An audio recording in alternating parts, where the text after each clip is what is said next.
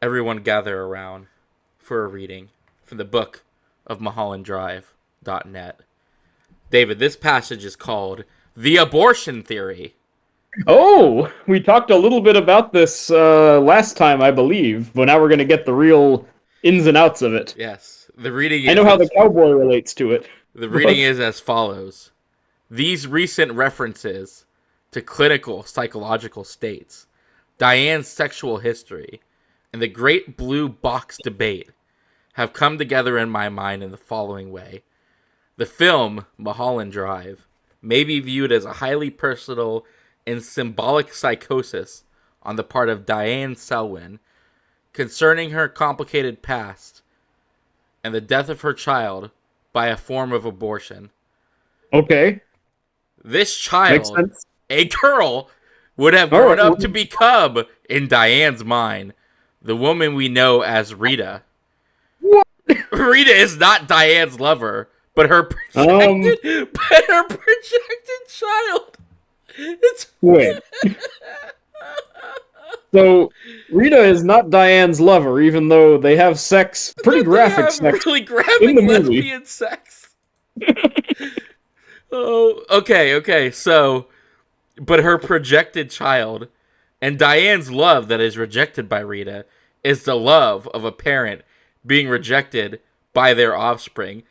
Okay, so just to throw a wrench in this theory, no, the fuck it is not. No, no, no. You see her get jealous of Rita being kissed and of Rita's marriage with Yes. that guy. There's nothing parental about that jealousy. No, and also yeah, rejected like a parent being rejected. That makes it sound like she goes like, like go to bed, old man, and like closes the door behind her, like that, like that's. So I guess Rita's just her bratty teenager who's like, God, I hate you, mom. I get, and who she also wants to have graphic lesbian sex with. Yes. Bro, we're only four sentences into this Oh, theory. this is a short story. This theory is like a whole academic essay, but I'm ready. From the womb-like locations of Havenhurst and Sierra Bonita. What does Yes, that mean? yes. What makes a I agree. Both of those apartments, I was like, those are very womb-like. They look just like the womb. It gives me I don't know familiar how. feelings of being in my mother's womb. These two locations. To the No. When nurse, I first saw that apartment, I was like, you know what? That looks like a womb if I've ever seen I've one. never seen a more womb-like location in my life, man. To the nursery colors that flood the film. To the Ah, references. Oh, go ahead. What nursery colors would you say are in these films? a lot of primary colors in David Lynch stuff, like reds and pinks and yellows, but I that doesn't sound. I wouldn't call them nursery I wouldn't colors even per call se. the blue in this movie baby. Like, it's not even baby blue. It's more like No, TARDIS blue. it's a very eerie blue. The blue box is not nursery colored. It looks like No. a TARDIS. You're right. to the to the references to abortion and subsequent regret. This film Oh yeah. highlights a descent into depressive psychosis ending in maternal suicide resulting from a prenatal death. Okay, So again, she's rejected by the kid that she didn't have. does is there any reference to abortion in this film either? I mean, last week the cowboy is a pregnancy test, and the what's her name? Coco says if there's trouble in that apartment, get rid of it. So they were saying that clearly is a Don't worry. reference to abortion. This is. Oh, we're getting to it. Here we go. Okay. From Coco's troubling Madame-like appearance as the manager of the Havenhurst courtyard, What? where she advises Betty to get rid of the troublesome childlike Rita, who has been spotted accidentally, to the reverse birth and therefore death of Rita Camilla via the blue box. To Oh, the that's right. The, I guess so. The zoom into the blue box. That's like the birth canal or something. We're going out. Also, the idea that Rita is childlike in this movie just is astounding. Like, there's nothing childlike about her. She's a woman with amnesia. She's just confused. Yeah. And again, that's only if you watch the first part of the movie, because in the second half, it turns out she was like the femme fatale the whole time. Yeah. So no. Oh, to the images of male expectation, RE, the girl is still missing. What is that? Oh, so that girl that they keep saying is missing, like the evil guy the Twin Peaks guy. That's they're talking about the missing baby, I Are, guess. are they saying the male expectation that the girl is still missing is the father one? I don't get that one. That one Yeah, I can't I even piece don't understand together. why that's male Yeah. expectation. That doesn't. I don't know what they're talking about. We see an anguished mind trying to deal with the guilt of loss. It also seems possible that Diane was convinced to go through with the abortion by others, including Coco, but that it was a car accident rather than the actions of a doctor that actually resulted in the prenatal death. I Also, don't, it's not a abortion; it's a I miscarriage due to guess, a car accident. but like even like why why is Coco involved? It seemed that Yeah, Diane was that's a convinced to go through with the abortions by other, including Coco. Not even in the alternate universe is Coco involved with anything to do with Diane. They meet once. yeah. They meet a couple times. Yeah, they actually yeah. She tells Betty, if there is trouble, get rid of it. But she doesn't even really. She lets her stay. She actually tells, she says like, "All right, I'll let you keep this lady in your apartment, but if there's any trouble, get rid of." Like she's giving her advice, but she's not like putting her foot down really at No, all. not even remotely. She's not She's totally pressuring her at permissive. all. Furthermore, it is possible to regard the hitman chuckling with his buddy in the flea pit office as uncaring men in a male world, laughing at the irony of a. They meant to say fetus, but they spelled it wrong, so it's feotis, which is also funny. So the irony of a feotis being absorbed as a result of an automobile accident that took place while the expectant mother was on her way to, or more tragically, back from an abortion clinic. So wait, so they're saying that she was on her way to get aborted, get the baby aborted, had a car accident, and lost the baby anyways. Yeah. That is a lot of reading into into things. That she was And both on also, her way to get an abortion, but then lost the baby in a car accident. and that the two hitmen dudes are like laughing about a miscarriage, which I don't know, that's a big stretch, and that makes them seem like psychopaths, like because in the scene it's just like they're laughing like, "Wow, a car accident, isn't that crazy?" Which I buy more than them being, "Wow, a woman miscarriage." That's crazy. Like I don't. You're Oh, reading a lot into just two guys dude, laughing, this as is was all I'm still we're saying. halfway through this, dude. Oh That god. is the funny thing. There is still two whole paragraphs left, This and really is like the books of the Bible, man. This is like we're going through the book of Abraham and Ezekiel. Like, but all right, dude, let's go. it is fascinating what people like, how people will read into something and like will do this. But anyways, an accident is a terrible event. What would be more terrible than deciding at the last minute to reject an abortion procedure, only to have the mother miscarry on the trip home? I mean, yeah, that's an interesting thing to have in a movie, but it's definitely not in Yeah. this movie. But it's not in this movie. Now, see this one they're trying to bring in the 10 clues because I think an accident is a terrible event is one of the 10 clues. So they're Yes. deciding that they mean an abortion is what that accident equals. It is also possible that no specific man can be regarded as the father if, as has been suggested, Diane was working as a semi-professional prostitute. All those Sure. cigarette butts continue to implicate her, it seems, possibly under the control of Coco or her Wait, aunt. what? So, Coco Coco's the pimp? That's crazy. Coco's not even in the. Coco doesn't even live in the Yeah, apartment of alternate reality Diane. She's not no, involved. she's his mom. She's the director guy's mom, and they meet once at a party. Like there's Oh, and it is possible that she herself may be unclear on the matter. It is also possible that Adam Kesher may be an idealized lover father who has, in Diane's mind, already rejected the mother to embrace the daughter. Oh yeah, right. they all that sexual tension in the car And when they make out in front of Diane, was all fatherly, daughterly love. Yeah, that was being jealous of your husband and daughter. I guess I mean, that's I what's guess it's going not on in as that. bad as the graphic lesbian sex that occurs between the mother and daughter in this here picture, if you believe this. Um, in this way, the final dinner scene is a bizarre public acknowledgement of Adam's preference for his daughter, Camilla, and this also resonates with the images of incest that occur earlier in the famous audition sequence. What? This also resonates with the images of incest that occur earlier in the famous audition sequence. I guess because that audition scene is about the friend of the dad, but seducing a daughter, right? That's what happens in that scene. Because he's like, That's not my dad incestual. That's trusts just you. a. But That's that's just not a. really an image of incest, I would dare say. I don't know.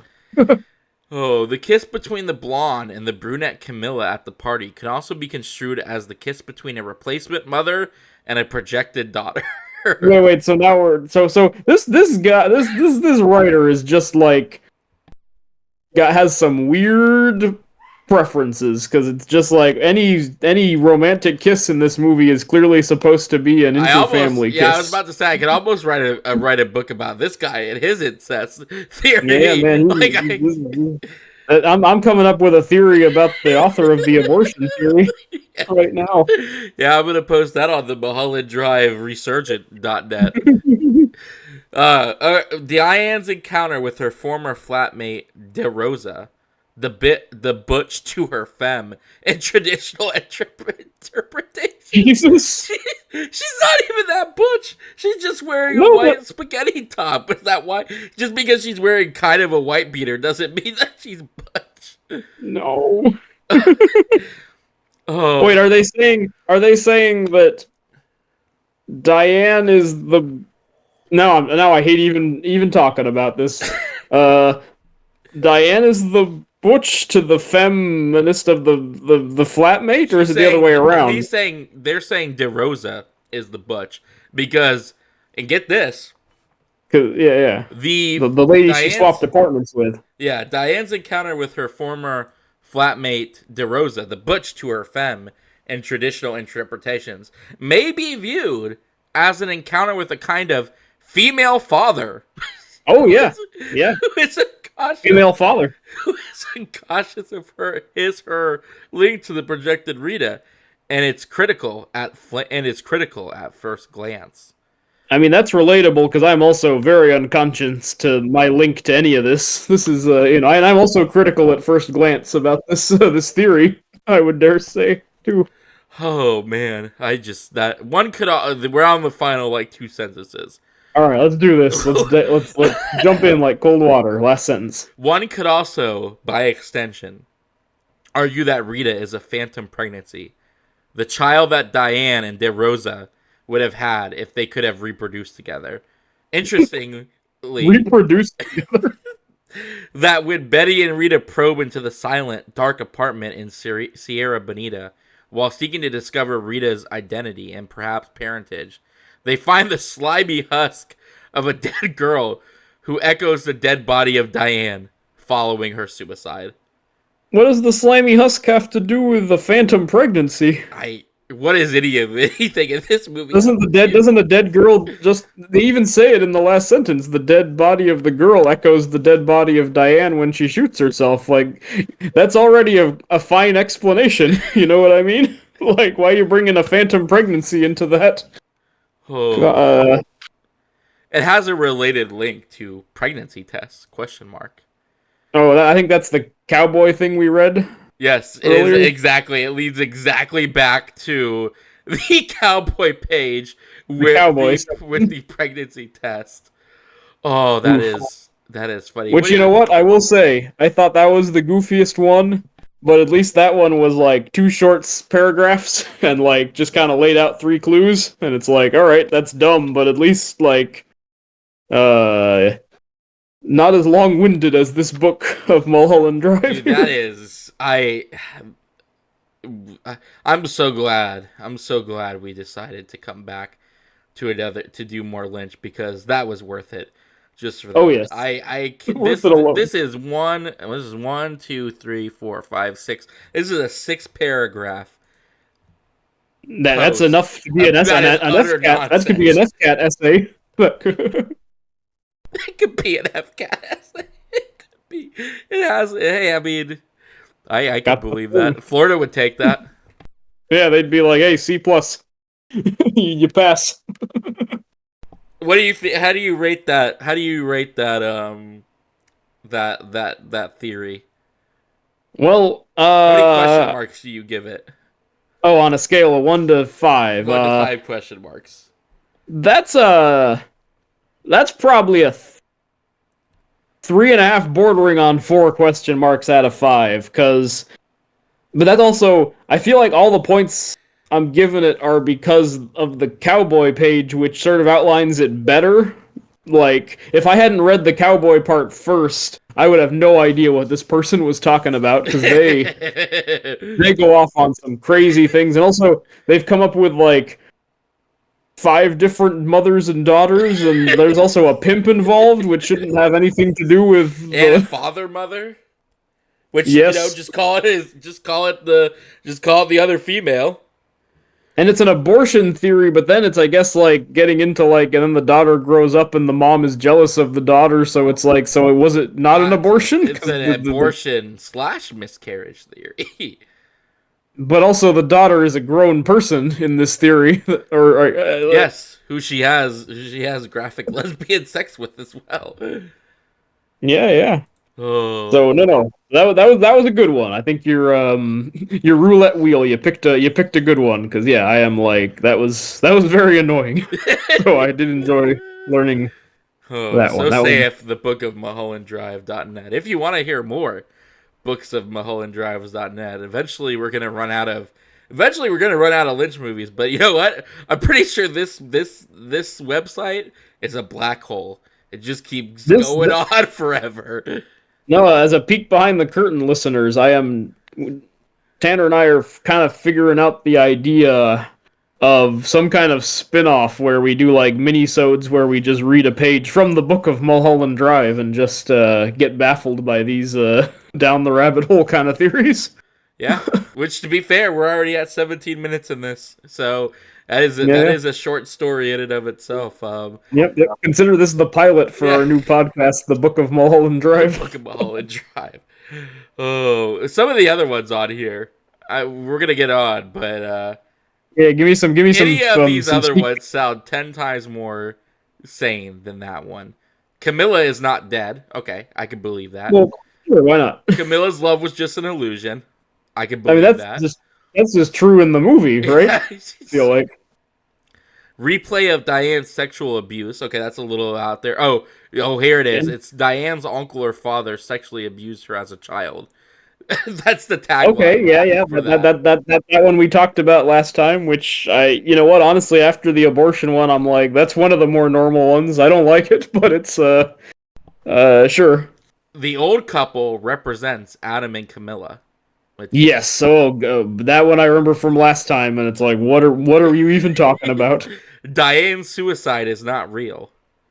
Okay. Well, I mean, it's all a movie, so nothing's real. So I guess I agree with that. But Diane projecting herself as Rita, which but why is she also in the dream as a? she's two people then. Schizophrenia, which I mean, Why not? Yeah, see again that one, just because you've after the old couple are Adam and Camilla. Honestly, schizophrenia, I'm like, yeah, that's like 1 or 2 question marks out of 5. That's a relatively normal stupid fan theory. Like, though it does come with the tagline, "The jitterbug contest never happened," which, but again, like at that point, you're just picking and choosing which ones happened and didn't this happen, guy. and I think. The Battle of Superego and ID. Sigmund Freud, structural model of the psyche. So this guy must just be writing a whole psychiatry page on the subject. Yeah, we're doing the id and the superego and the ego. Maybe that's Diane, Rita, and Adam there. That's all 3 of them. Yeah. The bribery theory. Which Okay. I don't. there's clearly I mean, it's not really bribery if she's paying somebody to kill Camilla. Yeah, that's just a regular transaction. Yeah. Oh, okay. So the money scene ready to be handed over by Diane to Joe and the wiki scenes is not a payoff for a contract to kill Camilla. Rather, it is money paid to Joe to be in some way influence the casting of Camilla in a film. Which, But why is he then? Why is he then like? Because he's like repeatedly. He's very like, "Hey, once you do this, there's no going back." I don't know why he would say that why about would he have just. any clout in casting for the film either? Yeah, like, and why would he be like, "You'll know when I've given you the key that it's done." He doesn't, and also he doesn't strike me as a Hollywood exec. That No. creep. A different form of revenge. Camilla was involved in the disappearance or death of the first actress cast in the Sylvia North role, and Diane was getting evidence to put her away. Huh?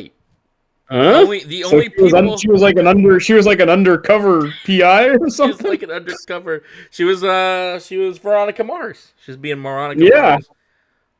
Betty Except and Rita, light and dark side of Diane. Sure, I mean that makes some sense, I guess. Diane, That's. but what were you gonna say? Oh, I was just saying, like, yeah, them representing her light and dark side, like, sure, that's a little better, I guess. That's not as crazy. Not as crazy. Diane dreamt twice. Has this same dream twice. Okay. Oh, I guess it's saying that both of the chunks Both of the worlds movie are are. dream worlds. Yeah, well, I mean, I mostly buy that just because crazy stuff happens in both of them. Yeah. So, sure. Diane was murdered. Camilla's success was due to her ties to the Castiglione brothers. Since her lesbian affair with Diane was a risk to her career, the mob decided to have Diane murdered. But But the mob wants nothing to do with Diane. They don't even talk about. I don't think they can realize they're Diane. not worried. They're not worried about Diane. They're after.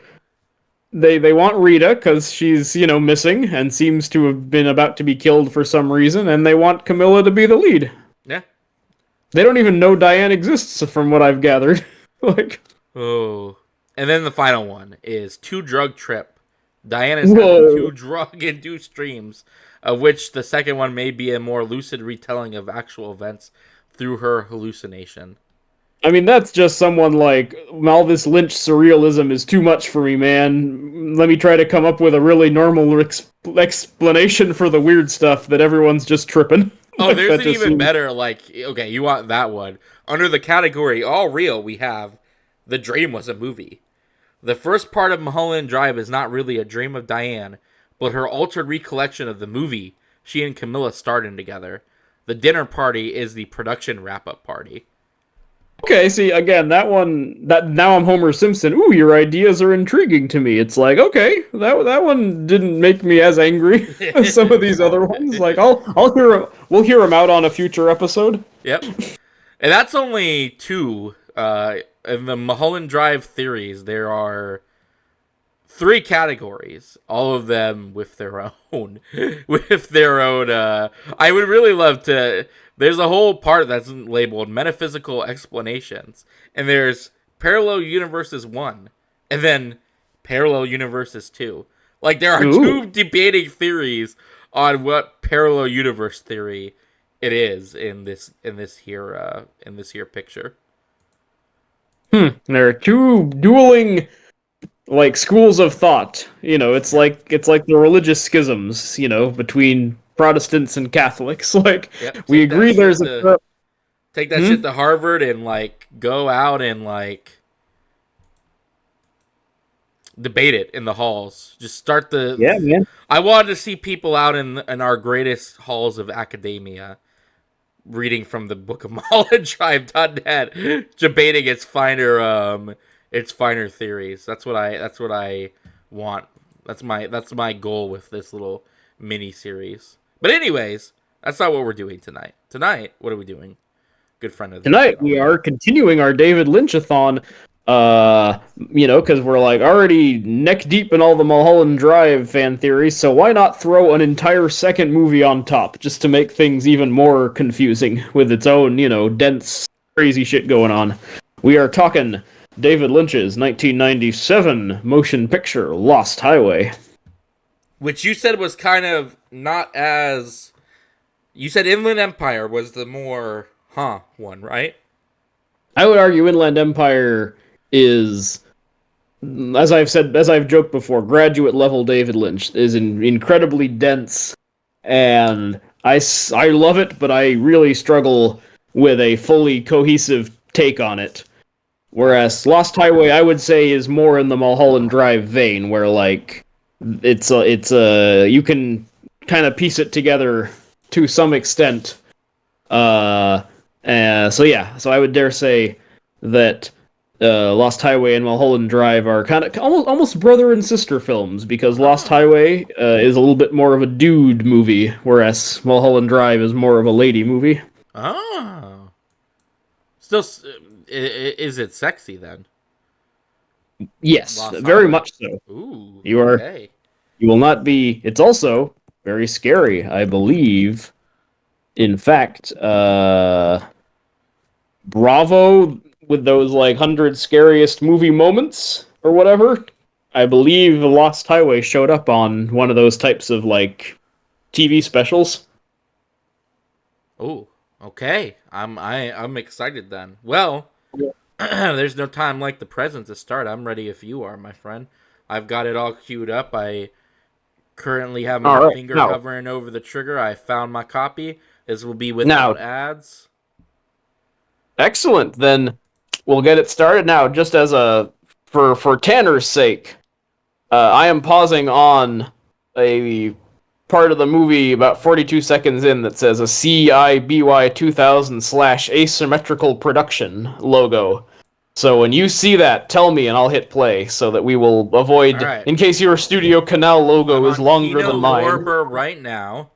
We're just going to go ahead and start. So go ahead and press play when David says to press play.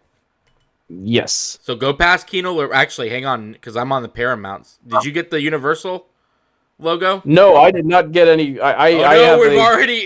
already been bamboozled again. This is happening again because what I saw was a Criterion logo. I saw a Janus Films logo, the MK2 logo, and now I am pausing on a CIBY 2000 asymmetrical production, which I believe is part of the movie itself. I am on CIBY 2000 Presente. I am 45 seconds into my copy already. How far are you into your copy? I'm 42 in, but I think after that one there might be a second one. So wait for, watch past CBIY, because there's another... CBIY is on now. CBIY just went away, and now we have another CBIY asymmetrical production. All right, pause. That's okay, I'm at 56 seconds in. Okay, mine has just disappeared, so let's say 3, 2, 1, and go, okay? Okay, alright, listeners at home, 3, 2, 1, go. 3, 2, 1, go. Okay. Alright. Oh, dang, this music. By David, this is, David Bowie does the theme song here. Oh, really? Yeah. Whoa! The president from Independence Day. Whoa! Whoa! This feels very not Lynchian already.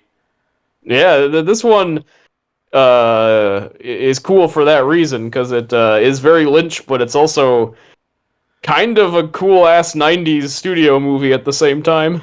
Yeah! This is very, like, the highway is Lynch, but the dramatic smack of the titles is very, studio. Yeah, a little more like intense, Yeah. But yeah, it is definitely the highway, of course. Every David Lynch movie has the spooky highway we're traveling down.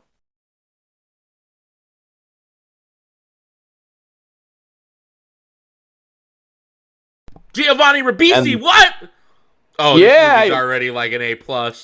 Already 5 stars. Him looking for unobtainium in this movie. I fucking and Gary Busey as well. Okay. Yeah. Okay, Lynch movie. This is like your... Woo! I guess this is like its Hollywood movie, isn't it? Yeah, yeah, yeah. In that way, because Mulholland Drive definitely had some stars, but like Billy Ray Cyrus is like the big one. Oh, our boy Angelo Badalamenti again.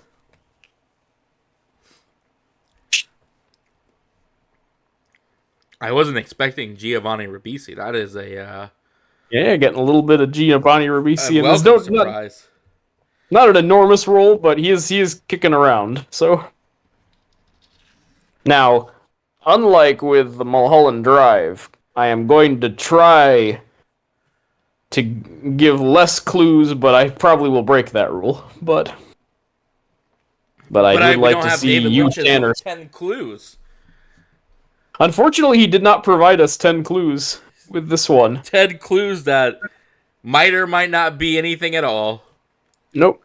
There is a quote for what inspired him that I'll read afterwards. I think reading it up front will kind of maybe give the game away a little too much. Okay. Okay. Then you'll do your own reading of David Lynch. Yes.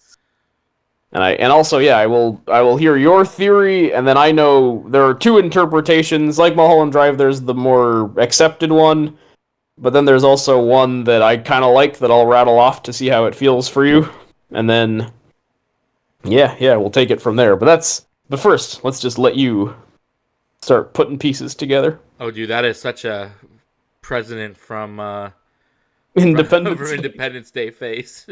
Yep.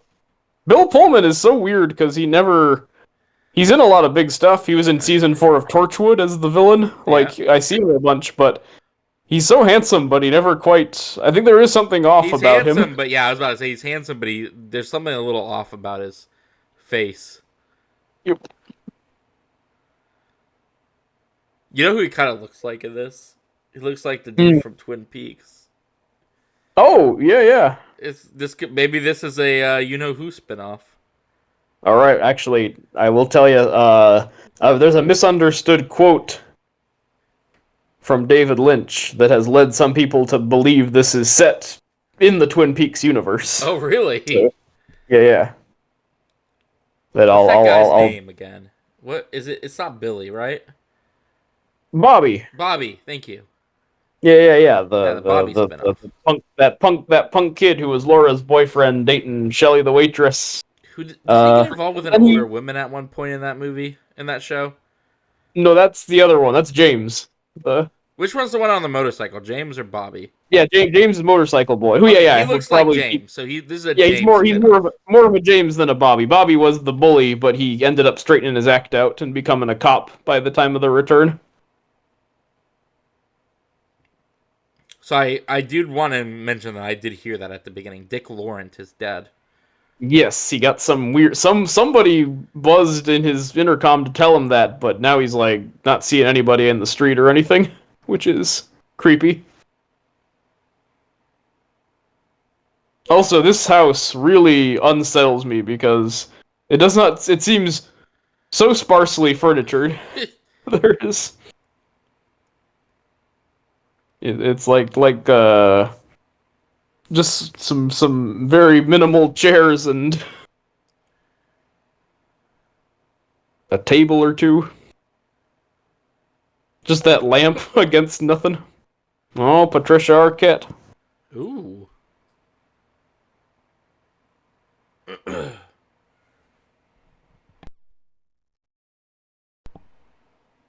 What's her name there? Kissing Kate Barlow herself.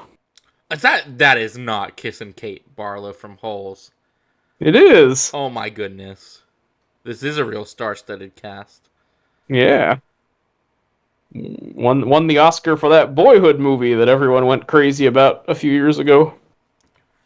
I can't wait to find out how this woman's a mother-father. Oh yeah, you're gonna learn all that. Like, we'll have to see if there is a Lost Highway site. I don't think there is one as crazy exhaustive as the Mulholland Drive one, unfortunately.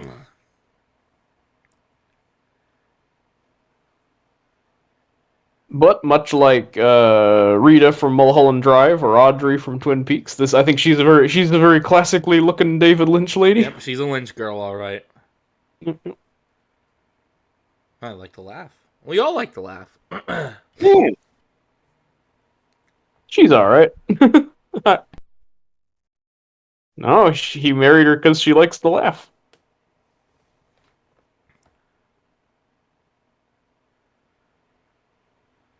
Ooh.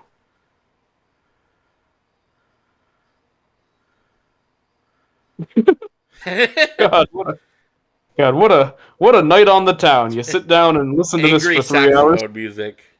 Yep, While you're also being given a seizure? yeah, just epilepsy from all these strobe lights. Just what a great night.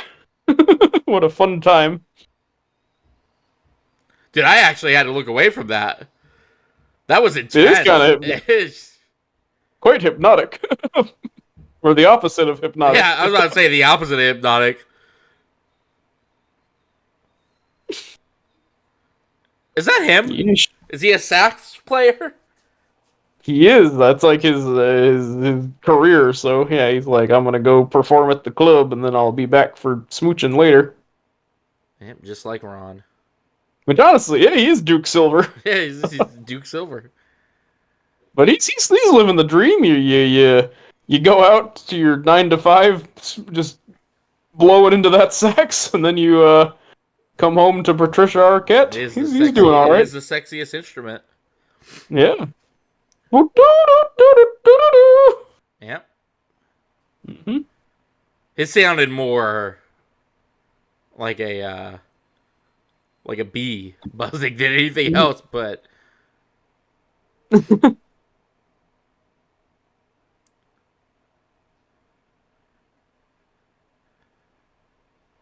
Mm.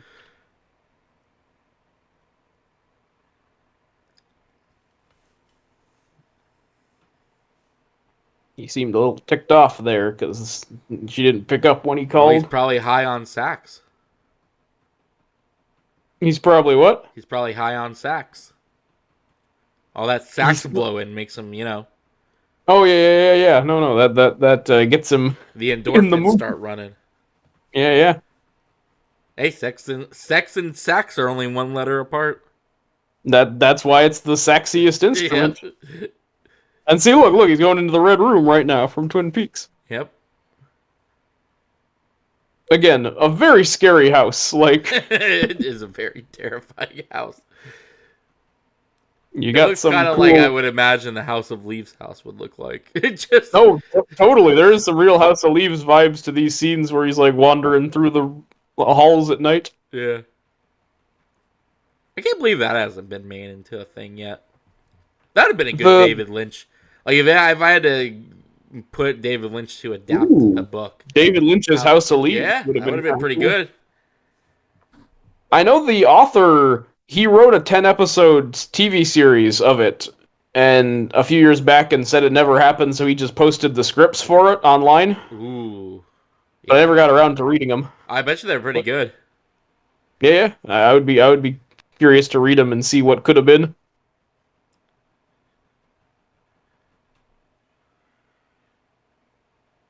See, the outside is a very pleasant rich people house, but I don't know, inside... man. You pull back. It's just because you see a rose bush. That's the only thing trying to sell you on that. You pull back and it's still a horror story. Still like a scary ass American Horror Story house. Ooh, a videotape. Hey. I wonder if it'll be anything like the videotape from what's it called? The Ring. No, not The Ring. The one with Emily Blunt in it. Not Emily Blunt. Emily Gwen from Spider-Man. The kindness. Yeah, Acts of Kindness. I wonder if it'll be like the Emma Stone. Yeah, the Emma Stone sex tape. Maybe. We'll find out. I couldn't remember the title for nothing. It's like kinds of. Is it kinds of animals? Is it kinds of stuff? Something. Yeah. Yeah. No. That crazy sex tape that Jesse Plemons makes him watch to comfort him. Oh. Hey man, we all have to get comfort for our missing wife some way. Most uncomfortable scene in cinema history. I wonder if David Lynch got to see Kinds of Kindness. I don't know. I feel like he I'd would be have watched. curious. Would have loved to have heard his thoughts on that movie. I'd be curious at what he thought of it. He did say that he doesn't watch as many movies as he should. Like he was usually busy making his art, Yeah, he according to seems him like anyway. a guy who was constantly doing something, you know. Yep. Oh, yeah, this house is terrifying. Yeah. Ugh. It's even more terrifying in black and white video. Mm-hmm. No, I agree. I think I'm losing. Also, fucking get a real TV cabinet thing. What is this? Yeah, man. Again, this house is so sparse for some reason. It's real like there's just like 5 pieces of furniture Also, in the starting to whole look a thing. little like Blue's Clues there with all the with the It weird does. with the weird Blocks. color shaped blocks. Yeah. It is like a children's show set.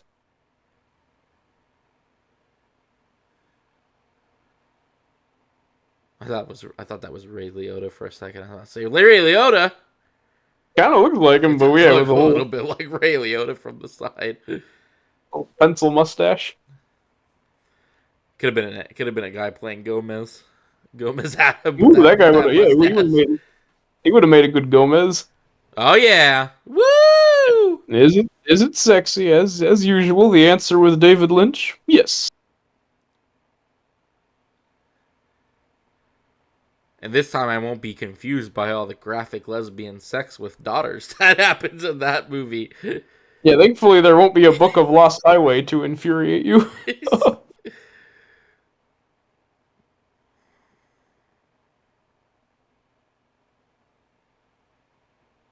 This does feel like they're just gonna hold hands. Are you a? I don't. This might be too. This might be too much information. But are you a sleep in the nude guy? Oh, me? Yeah. You don't have to answer if you don't want to. Depends on the day. I actually don't think I have I'm not a one. I'm sleep fluid, I guess. I can be a lot of I'm whatever you want me to be, baby. I'm a very much a sleep in just boxers guy. Anything more and I get uncomfortable. Anything less and I freak myself out. Then no, I'm not that. I can sleep in all states, but I do actually have some like old man button-up pajamas that I quite enjoy wearing. Oh, okay. So you like the onesie? I can respect. Yeah, I do enjoy. Yeah. It's too Like, much clothes for me, man. I really have to be like in just boxers to be comfortable. Anything more, and it's like unless I'm like sick, like it's a real surefire way to know I'm sick if I go to sleep like wearing a full hoodie. Like, yeah, so you just start that is bundling a up. indication that I am very sick and I'm That trying to would sweat be something out. Yeah, I guess that's how I would describe it for me. It has to be like mine is temperature contingent. Like on summer days, yeah, it's like nothing at all, as Ned Flanders says. Oh yeah. But I used to be a nothing at all kind of guy, but I have since grown out of that.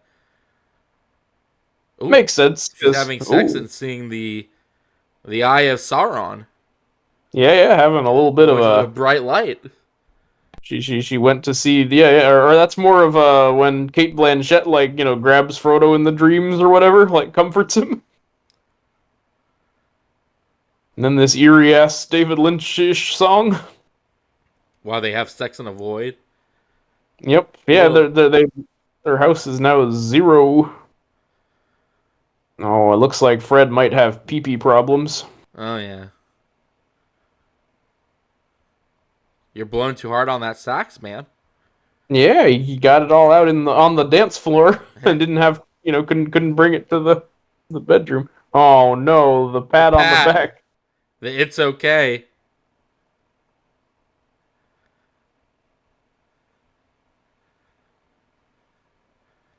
Don't kill her, because you kind of have a I'm going to kill her face on. That was a murderous expression, yeah.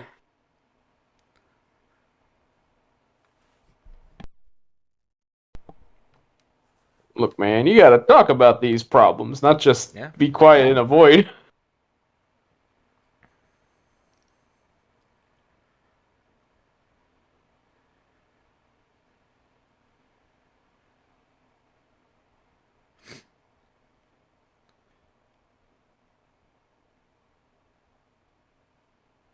Poor old Fred. I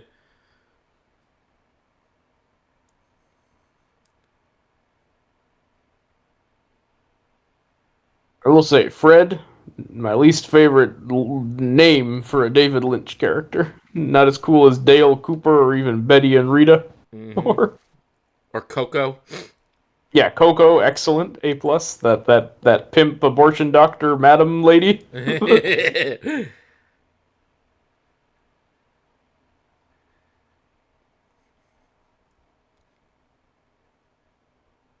Ugh. Ugh. Oh, fire, which in David Lynch movies is not usually a good sign.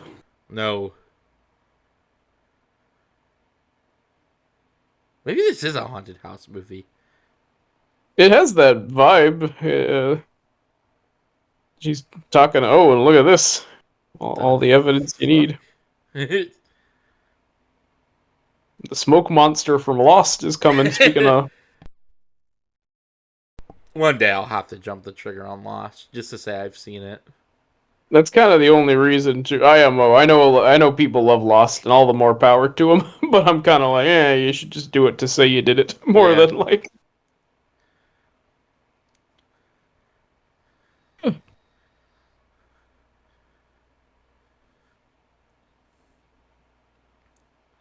Having some crazy dream with smoke.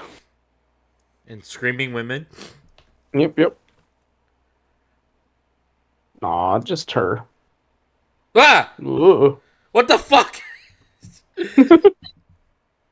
What in the hell was that?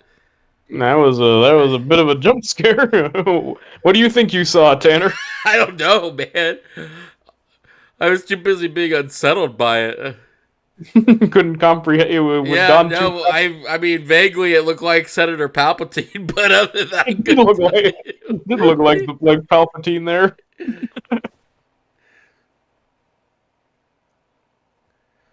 Getting the morning paper. God, these movies get more and more. Just what the fuck is going on in this? Yeah. This one. Like at This least one last kind of. one, like she went to there's an amnesiac woman. She doesn't know who she is. Bright-eyed starlet goes to Hollywood, and this is just a guy is dead. He plays the sax. They're getting videotapes of their house, and now he's dreaming about her face, Senator Palpatine on her body. Yeah, he's having some weird fantasies that Like his what? wife What is is that Senator desk? Palpatine. What is that desk? That's like the least helpful desk. I feel so skinny. How can you write? The light is taking up like 90% of the desk. Yeah, no. Again, what is this crazy Blue's Clues house? Who the hell owns that dog? Who the hell owns this house? It does feel like we're it's like an Airbnb almost. Like we didn't decorate it. We're not allowed to touch anything. Like, Oh, oh geez, another friggin' videotape.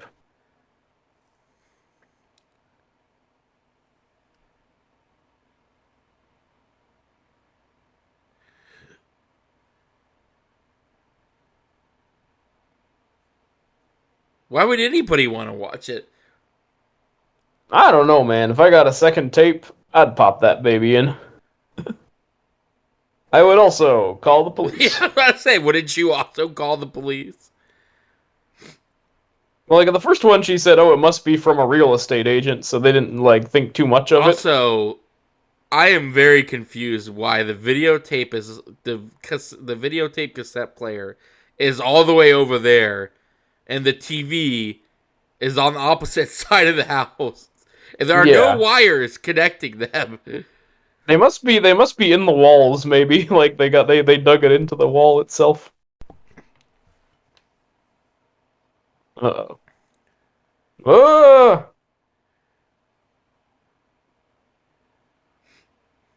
It's like looking around their creepy house.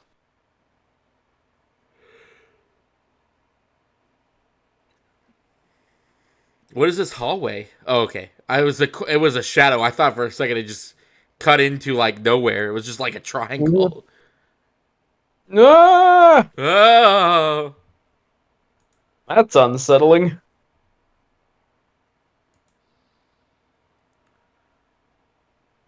This is like a reverse Paranormal Activity where the ghost is coming at you with the camera.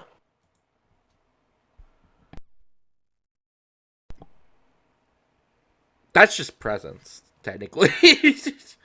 Yeah, I guess where the ghost has the GoPro mounted to their chest.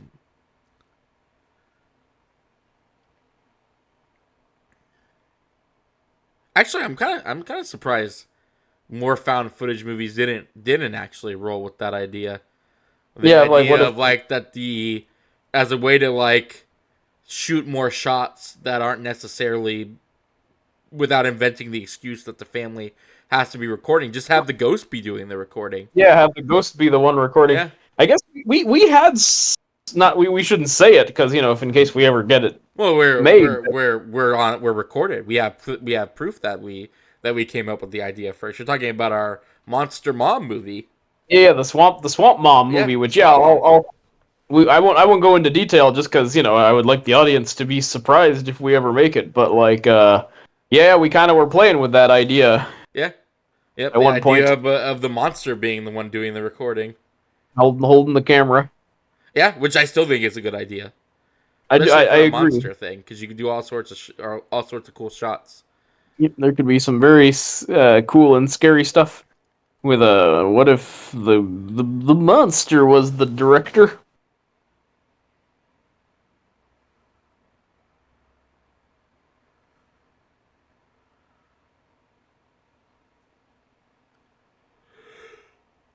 Dude, his outfit that he got this like hoodie sewn up with Yeah, but nothing it's under. almost at his navel. It is a sexy outfit, I will say that. Oh yeah. Why would there be another bedroom? Mm-mm. I mean, it is a pretty honking big house, but it seems to have no. Oh, okay. That's his practice room.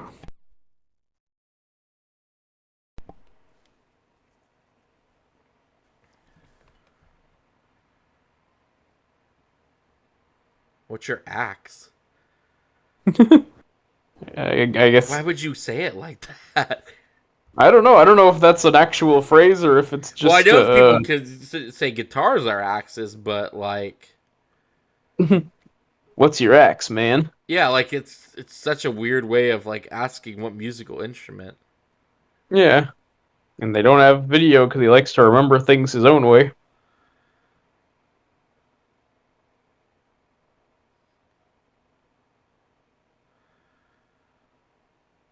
Well, now they just suspect you, man, because that's weird as fuck.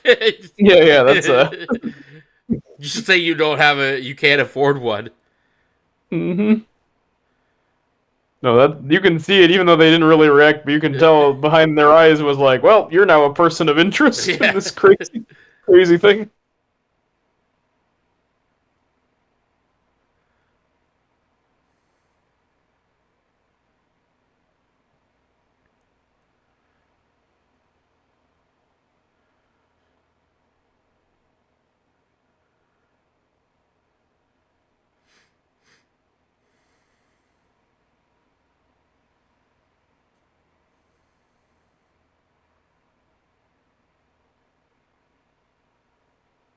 Is that Now, a is that dog a? bowl? That's what I was wondering. I guess probably an ashtray because it's David Lynch, and smoking is a big part of. Too bowl like to be an ashtray. Well, this is a weird looking house. Yeah, that's true. Nothing's shaped the way it should be. I don't think they have a dog because he was complaining about a dog making noises. Yeah, who the hell owns that dog?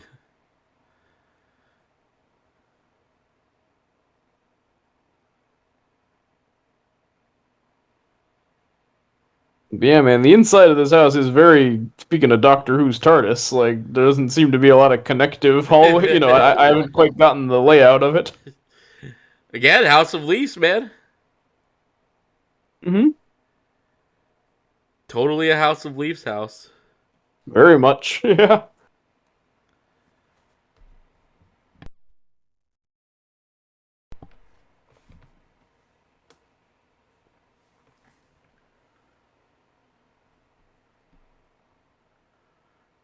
That is code for we're not going to do anything. Yeah, they're kind of like, eh. Yeah, they're already given the cards. That kind of means like, well, that was weird and creepy, but nothing we can do really. So just live with it, I guess.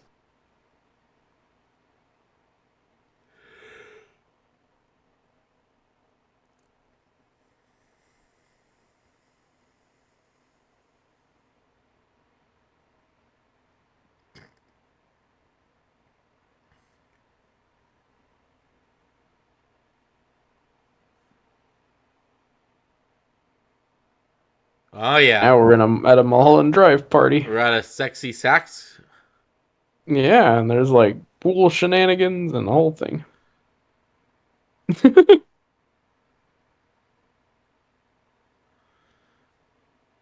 Oh, Andy, yeah. that's the name of this Gomez little creep. Adam looking mofo. Yeah, it's Gomez. He also kind of looks like Dick Tremaine from Twin Peaks, the rival for Lucy. He does.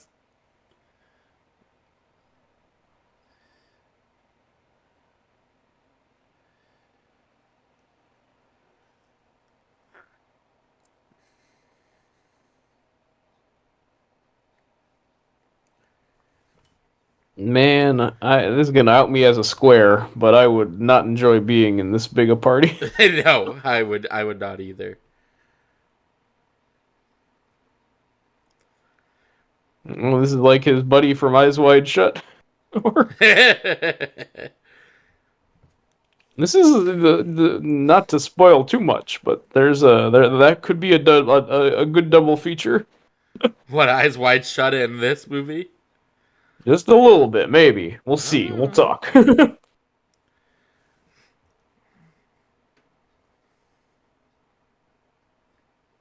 isn't an Eyes Wide Shut. I mean, there were some topless women, but it does seem more like a. Nobody's wearing a mask. Not... Oh, wait, that's the dude. That's Senator Palpatine. That's the Senator Palpatine guy we saw earlier. Dude, what is? Are you a vampire? What's this Dracula-looking ass man doing? Stare at this hip young people party. Ugh. I'm the guy who was on your wife's face. Yeah, it was on your wife's face. I borrowed her body for a bit. Mm-hmm. Mm-hmm. You know what's funny? That looks kind of like Giovanni Ribisi if he was like a million years old.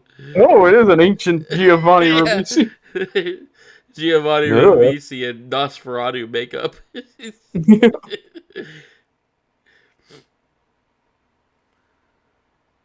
Oh. No, that's fucking creepy. That's terrifying. That's fucking crazy, man.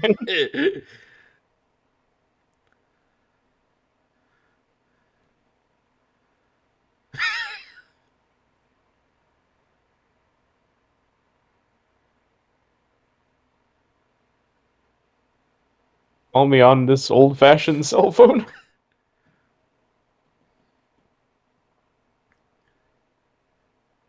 Dude, you know who this guy also looks like? Ooh. The Joker from Batman Beyond's Return of the Joker. Oh, he's totally the Return of the Joker. If you ever Joker. needed to do that movie in live action, this He was does the look guy exactly... to get. Well...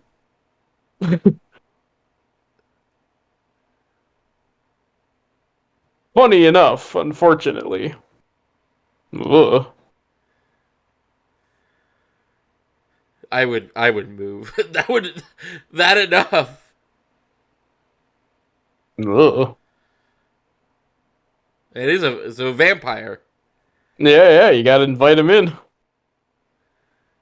And I guess there's two of them, because he's there and in his house.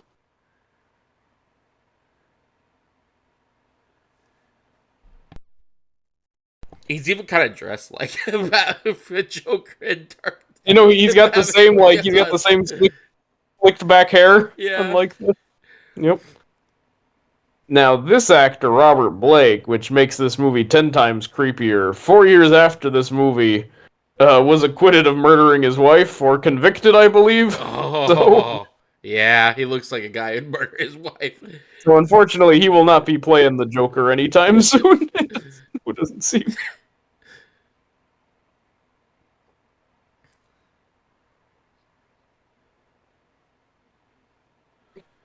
Oh, the man. He's kind of rocking this party though. He's like popular with the young people. Oh, that's the dead guy. Oh.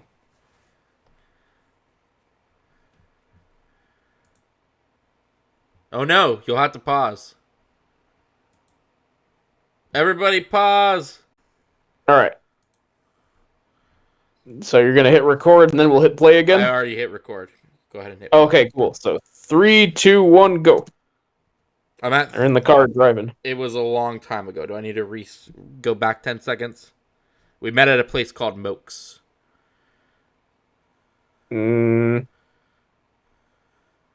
Yeah, I just got to. We met at a place called Moke's. Okay. We became friends.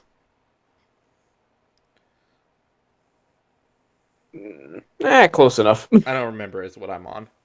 Sorry about that. Yeah, I That she home. just said I don't remember on my end too. So we're synced. Anyway, Andy's okay.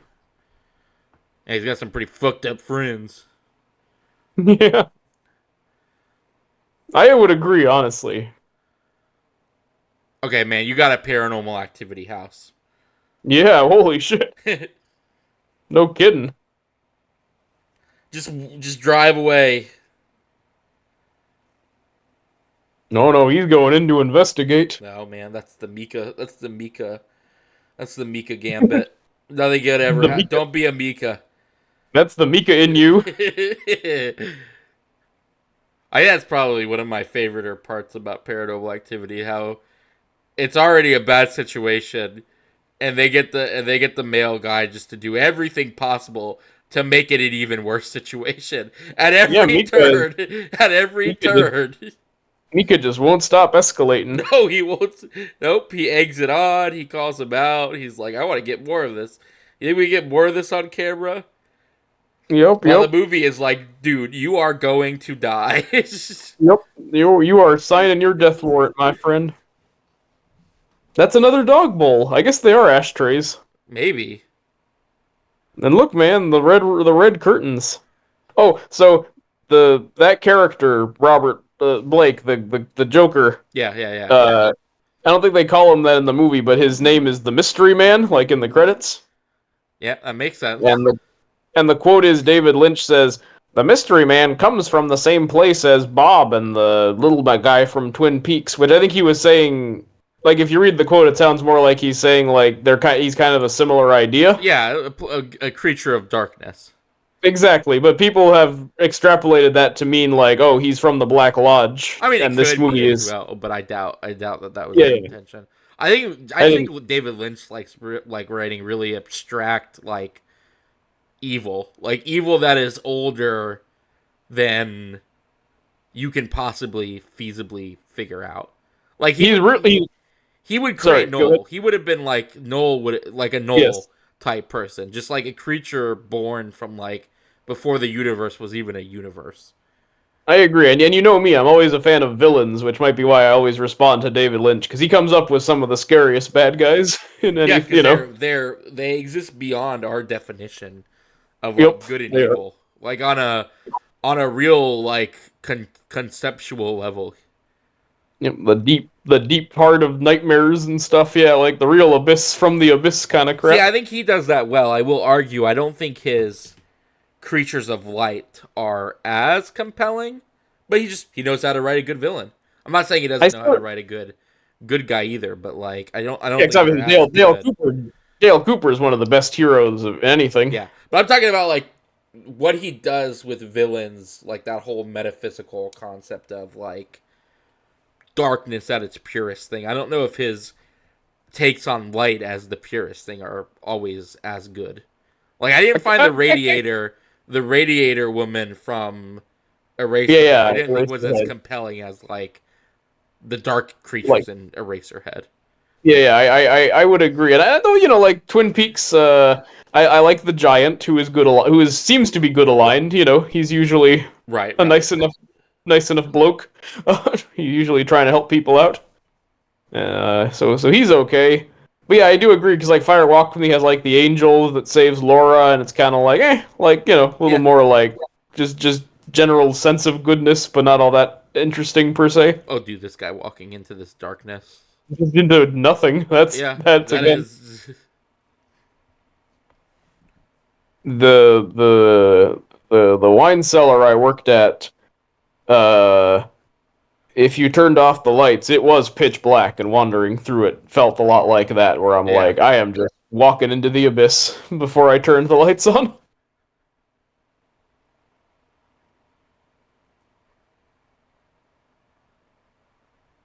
Dude, don't do it. Don't jump scare He's me. he's kind of turned into a Spider-Man 3 a little bit. His hair is getting kind of emo Parker as the movie goes on. I'm gonna put some dirt in your eye. You get your damn money when you fix the door. Into the damn door. I had to explain to one of my friends who Ursula was. Because, Oh yeah. because they shared a meme of Ursula. They were like, "Who's Ursula?" And I was like, "Let me tell you a story." Let me spin you a yarn. The Sam Raimi Spider-Man trilogy. Has Ursula ever been brought into the comics? Because I would totally I would write a comic with Ursula in it. I I'd don't bring her think into so, but the Earth 616 Ursula. it's funny because there was the reason why, because the meme was about how Ursula is the best choice in the Spider-Man movies.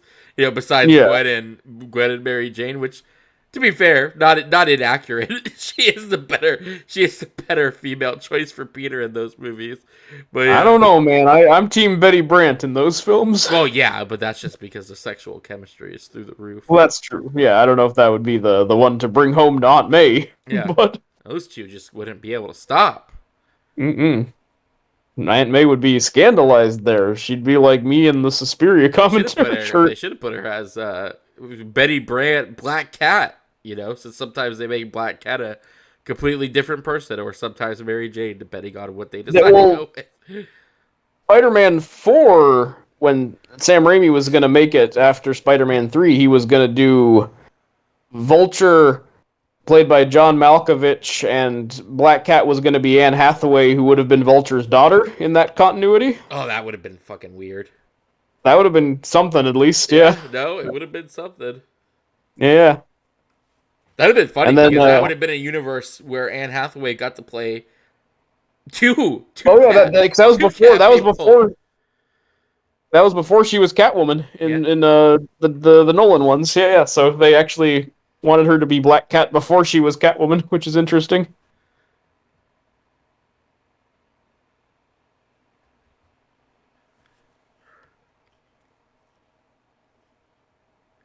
Also in that movie, which I mean, the photo's gone around. It was gonna be Bruce Campbell was gonna cameo as Mysterio, Yes. which would have been fun. And Still the superior idea for Mysterio. yes, I agree. To make all the Bruce Campbell cameos like Mysterio disguises, that would have been fun. Yeah. Instead of making him the maker of barf or whatever. Yeah, I mean the inventor of a bunch of drones. I do like Jake Gyllenhaal as Mysterio, Well, but that's yeah, his always evil. the problem with that is the problem with those Spider-Man movies, is that they do the villains very well. I mean, fucking Michael Keaton. Michael Vulture. Keaton Yeah. is an amazing Vulture. Like, Yep. it's an amazing performance. It's just, whoa, okay, that's different. Hello. That's very different. Holy crap! Whoa! Things got kind of intense and fast. That was a real 0 to 100. Yeah. This movie was like dreadful vibes, but then oh shit, he might have murdered that lady. Oh, oh shoot, we're sliding. Yep, We just fringed it up, man. we're Mulholland driving it up. Yeah, we're fringing. Yeah, we're slipping into the other universe.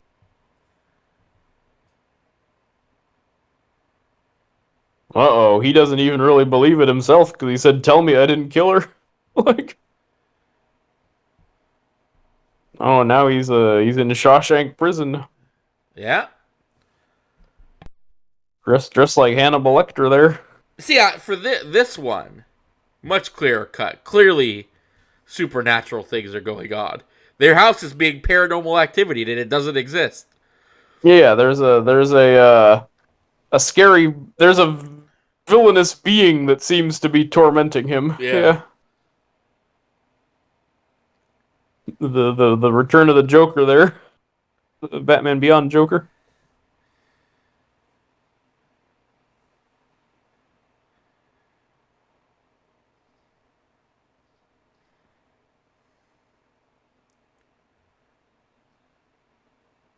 Oh, and there's Henry Rollins, I believe, from the Sons of Anarchy season 2, one of Oh the yeah. Aryan villains. I mean, among other things, but yeah, yeah.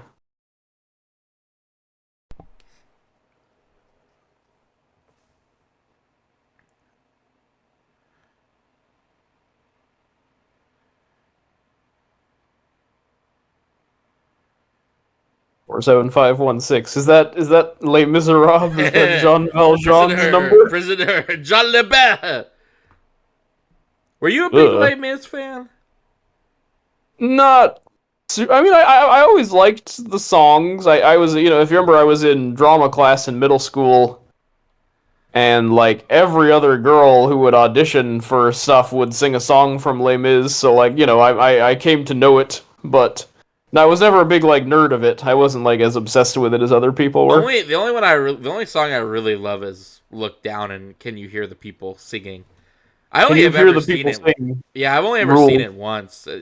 Yeah, Oh, the movie, yeah, the movie I'm not that keen on. I like the musical itself, but yeah, the movie is kind of obnoxious. yeah. Like I always got a kind of vibe her from I it. dream I dreamed the dream's pretty good when Anne Hathaway sings it. That's not Yeah, bad.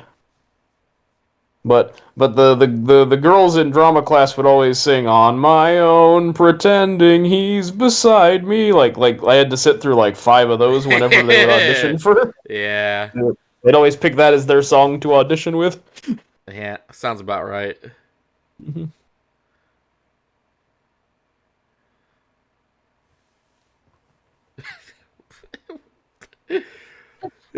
Honestly, this prison courtyard doesn't look too different from his house.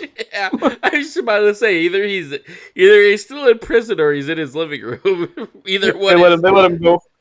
They let him go home. Waiting for the trial. They're like, "Yeah, you can go back home."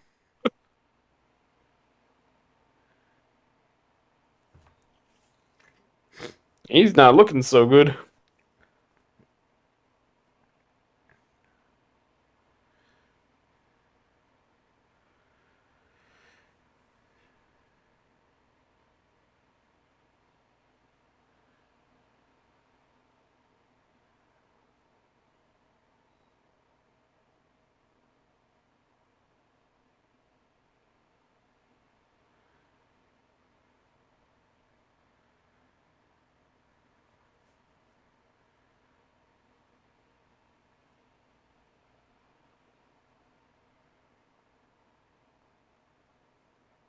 When I sleep, I dream of Senator Palpatine. Yeah, in my dream, I dream dreams of Senator he Palpatine. dreams the dream of Senator Palpatine. Speaking of Les Mis, Yeah.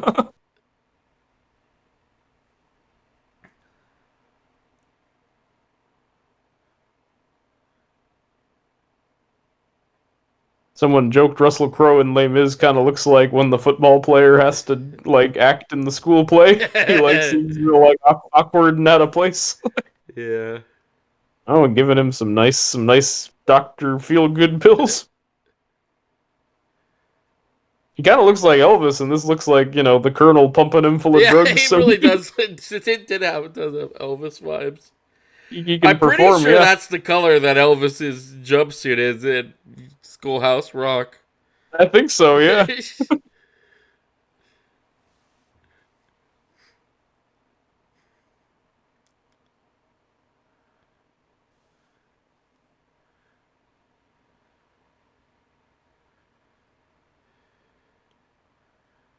I like how this movie felt like a studio movie only during the credits. I almost want to imagine that that's all David Lynch gave him.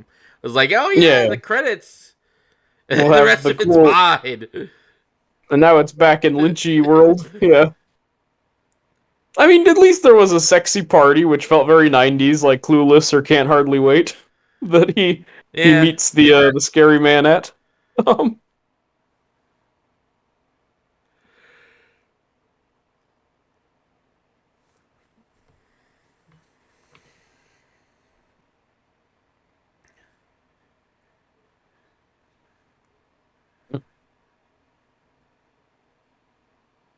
he also seems to be the only like Person at this prison. It's- yeah. Like I don't think there's anyone else in this prison. Just,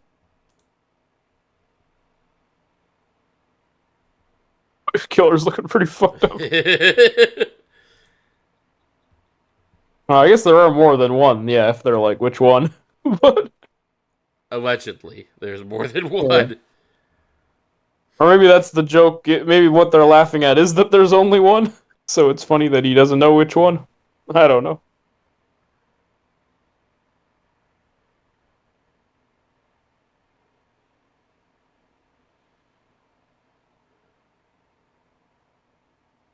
Ooh. Ooh, What? this is a sexy song. What? Whoa. Whoa. Looked like curtains were being drawn to show you this exploding house. Or this reassembling house. It's a backwards explosion.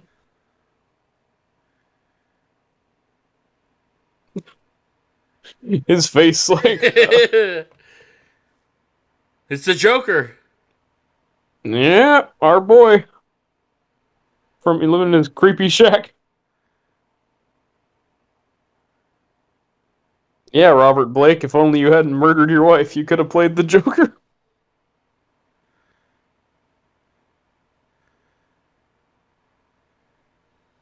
Whoa. Are you back in the? Are you back in the? Oh no, you're on the highway.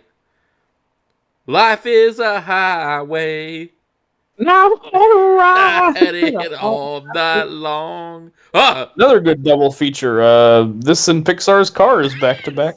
Whoa. Pete. Who's Pete? We're about to find Hi out. from that '70s show. Also in jail for reasons. It is kind of that '70s showy because he does have like a girl next door girlfriend, and his parents are on the they were all on the porch screaming for him.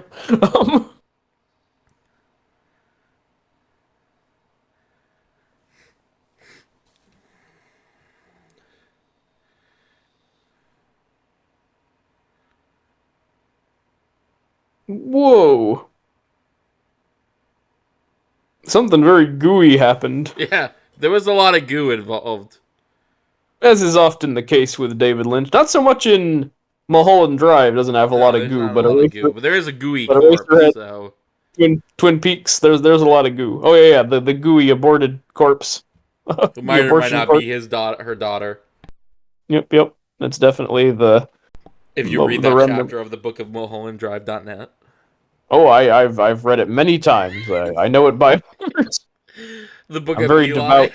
The book of Eli, but it's just them fighting Exactly. I'm over devoutly. over a ream of paper. That's all Yeah. experts from the book of Mulholland Drive. It's You the end of imagine? Yeah, it's the end of Fahrenheit 451 where you're supposed to memorize your own book to keep forever. I would just memorize mulhollanddrive.net for all so future generations would know it. Imagine the idea of Eli traveling all that way to get the book of MulhollandDrive.net Yeah. to the bookkeepers. Spreading it to the post-apocalypse. Gary Oldman, like, this book is so important. It'll unite us all. Yep, this the abortion theory and the cowboy is a pregnancy test.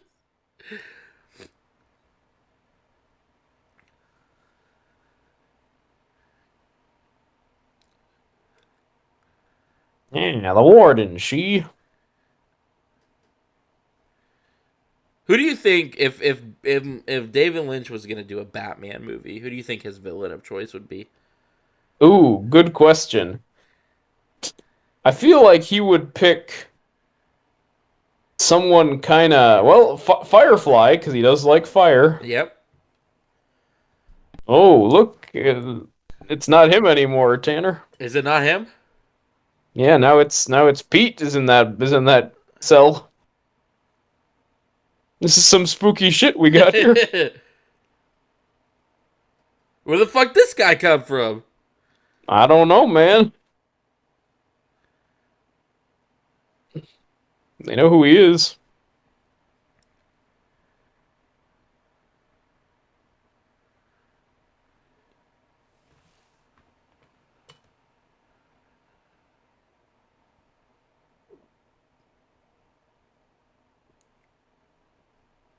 My choice would have been Mad Hatter.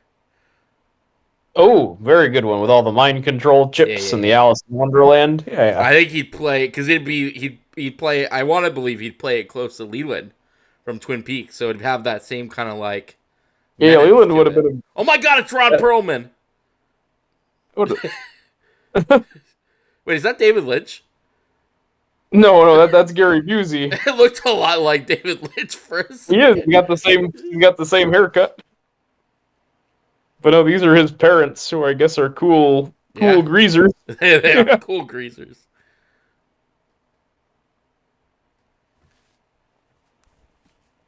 Here to pick up their son, who's in the prison for some reason.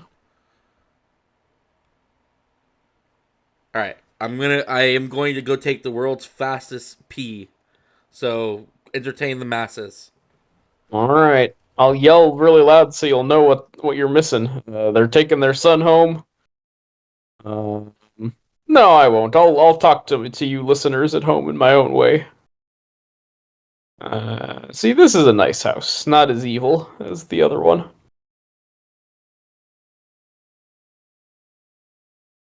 Wish I had parents like these badass leather jacket wearing people.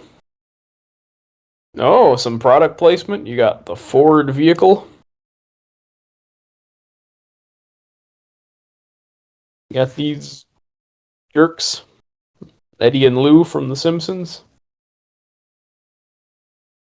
Trading papers. I'm sorry, folks. I just without Tanner, I'm floundering here. Okay.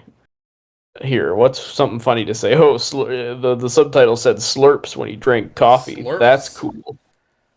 You're back. I did. I told you it was going to be the world's fastest pee. It was pretty quick. So all you missed was the parents took him in the house, and it looks like he's still being tailed by the cops. So Of course, they want to know how he got into that prison. yeah, they were kind of like, well, I guess we can't hold him because he's not this dude and doesn't know what we're talking about, but we should probably still keep tabs on him. On old Pete here, who's played by Balthazar Getty, who is the scion of the Getty Images fortune. Ooh. You would also know him from Megalopolis. He's Shia LaBeouf's number 2 in that movie. Oh. And in Twin Peaks: The Return, he's the scary gangster who makes the coin disappear in that one scene and is dating Shelley the waitress.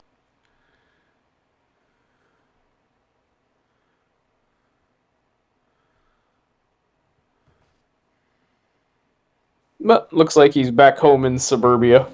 Nice and happy. Yep. And who knows where Bill Pullman went.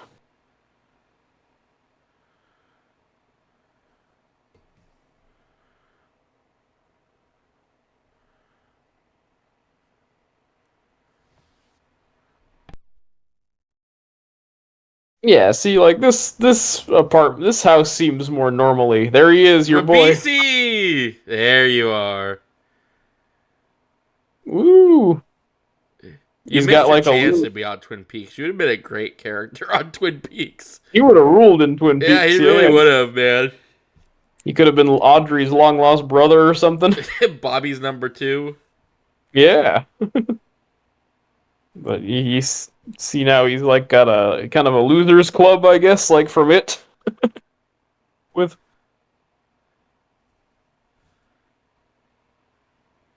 his parents are kind of taking it pretty well that their son magically appeared in a prison.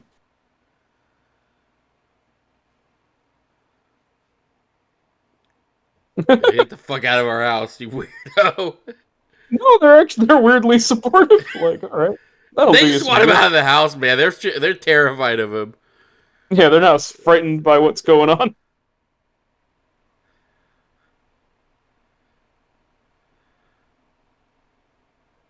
He's a pretty hip cat. They're going to the bowling alley. Oh, dude, or BC, man. I Yeah. wish he had been in more things. Just to play in a weird Ashton Healing. I think he's been stuck in Avatar for too long because he's going to be in those sequels if they ever come out. Avatars 3, 4, and 5. Hey, man, Avatar 3 has got all that art. Vin Diesel, maybe or maybe not in this one.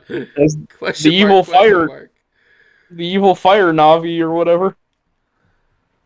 That's supposed to come out the end of this year.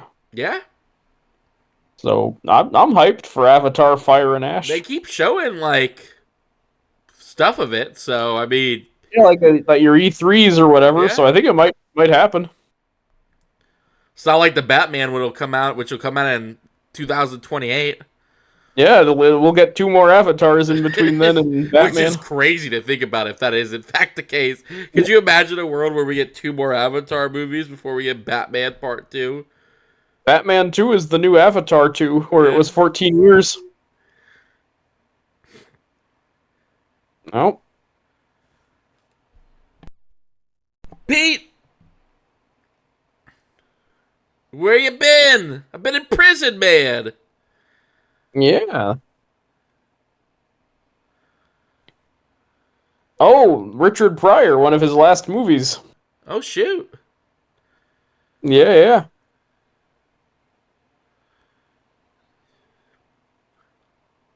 Playing a weird David Lynch character.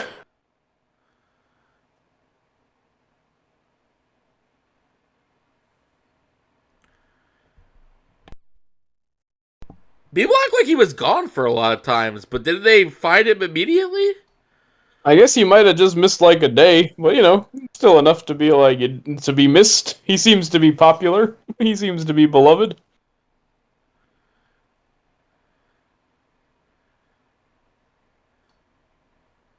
Maybe they fill in the blanks of how long he was supposed to be gone.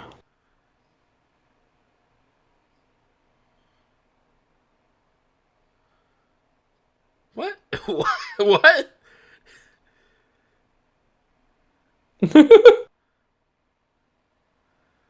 That's just David Lynch talk for just running the business, I guess.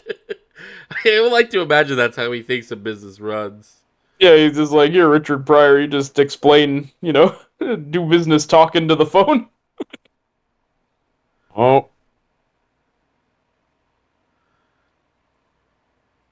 Mr. Eddie.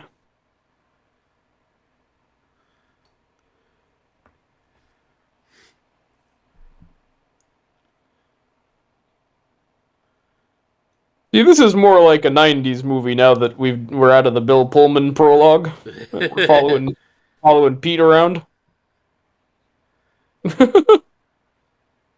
If you want to go and take a ride with me, my name is Pete and I got a weird thing happening to me. No, just abducting him from work. Yeah, but it still seems normal.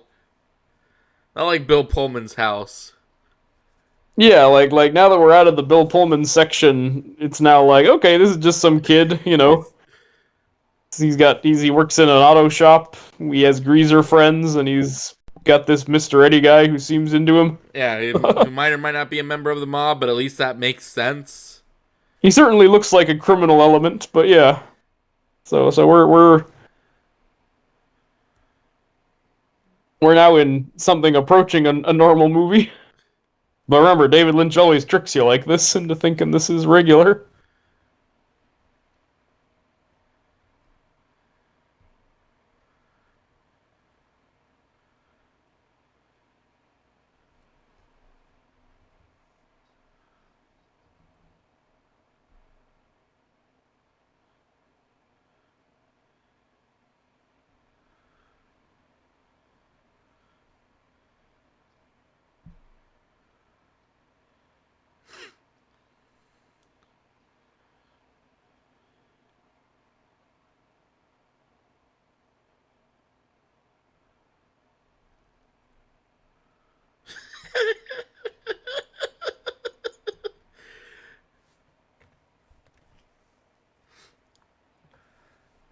A horrible phrase. I know, man. It's almost an artistic. It's almost artistic in its horribleness. Yep, yep. It's just it's like the opposite of Hakuna Matata. What a terrible phrase. Smooth as a dick. Smooth as a shit from a duck's ass.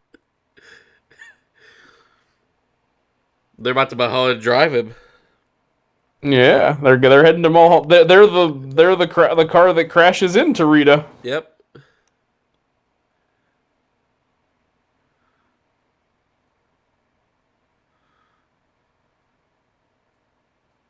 Uh-oh, watch out.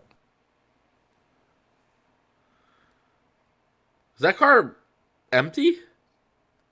Kind of looks like it. Okay, no, there is a person in it now. For a second, it looked like the implication was that there wasn't a person. Yeah, it looked like it was a phantom car. Yeah, see, again, okay, no, there's a person in the... Yeah, but sometimes it doesn't look like... Yeah, it looks empty there. Speaking of Pixar's cars.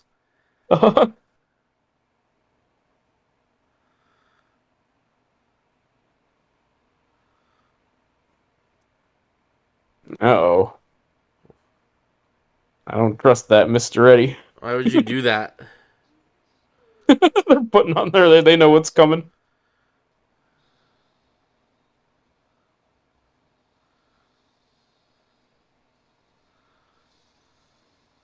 Whoa.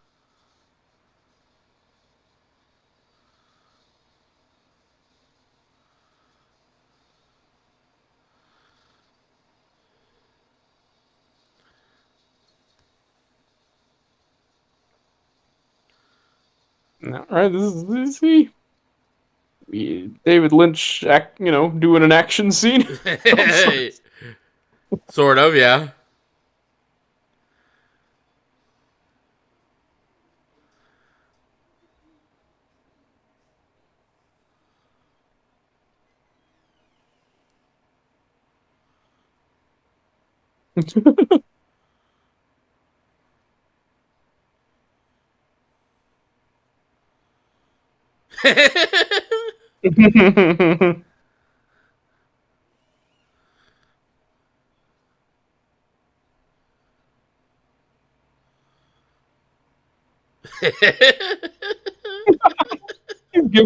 He's giving good advice. I like this dude. I think this dude should be teaching at the DMV. Yeah. Mr. Eddie, knows his highway safety. Yeah. It's what they say about that Mr. Eddie. Nobody knows highway safety like him. And see, hence the title, Lost Highway. It's all about being safe on the road. That's the secret. That's my theory for this movie.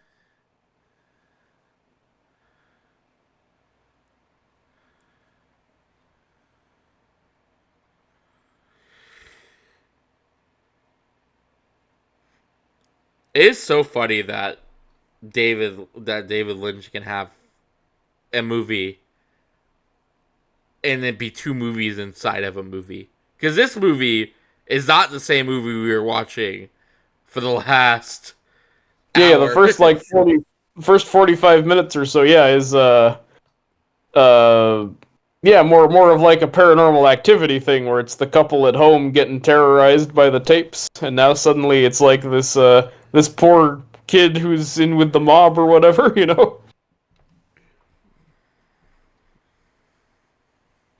And we'll have to wonder how they connect. Oh, he's always paying this kid off.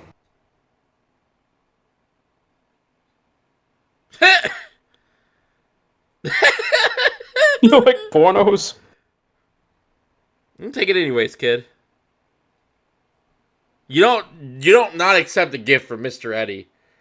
Yeah, man. He might teach Okay. you about the proper methods of accepting a gift. No, if a guy you just saw like beat a dude up tells you to take a porno, you take it. Yep.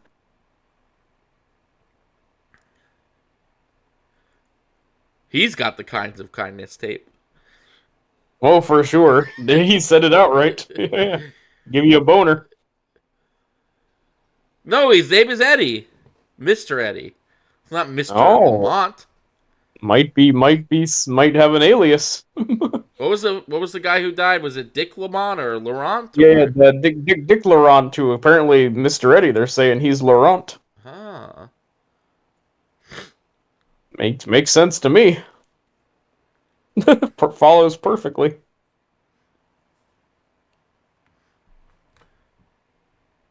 Oh, are you in the house? Now his house is getting spookier though.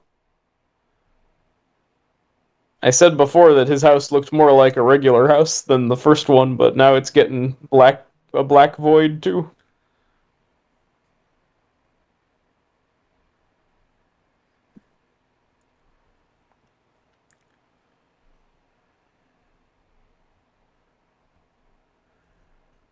Oh, he's picking up a lady friend.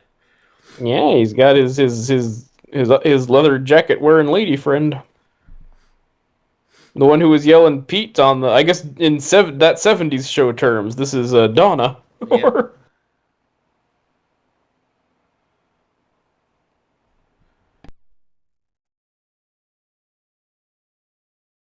Oh yeah. Sexy. Yeah, man, get in, baby.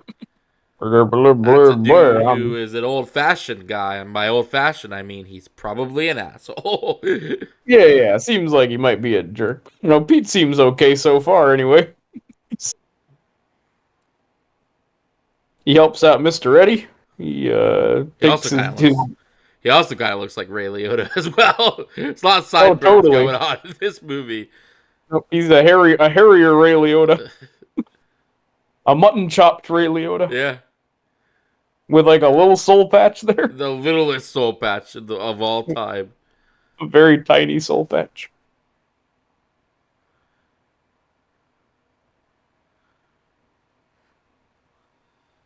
All right, he's taking his best gal out of the, Yep. off to make out point, which is actually just like down the street, Yeah. like a block up the road. Well, It's still in the suburbs. as a Florida boy, you know there aren't a lot of makeout points out there in the world. It's tough. There was not, as far as I knew, very many good makeout points. Yeah. And you couldn't go to like a makeout swamp because you might have gotten eaten by an alligator. So Exactly. Yeah, it's more like Florida was a little too dangerous to Yeah. drive off road to go make out.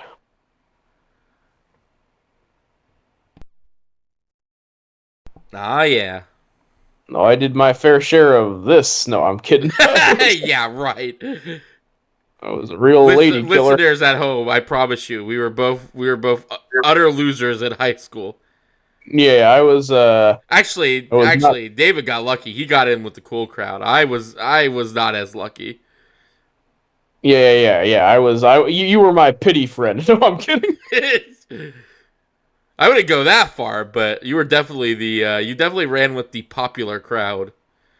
Yeah. I suppose I did. I did run the school more or less. Grade A student, valedictorian. I was a football player. The most that ever happened to me was at one point all the cool guys were like, "We're gonna get morph suits," and because I was kind of in the same vicinity when they were talking about that, they're like, "Oh, you should get a morph suit too," and I was like, "I'll do it, anything to be popular." And then I went home and found out they were like $100. I was like, "Never mind." No, how about I won't do that. Well, you came close. Yep. I flew semi close to the sun. Oh, it's Percolator guy. Yeah, it's our Twin Peaks fella, Pete. Ah, see? Who's also Racerhead. He was a younger man. See, it is a Twin Peaks shared universe. It is. And look, and Pete goes out of Twin Peaks and goes to Pete. Well, we're getting our first connection between the worlds because that jazz music, he didn't seem to like. He didn't want to hear it.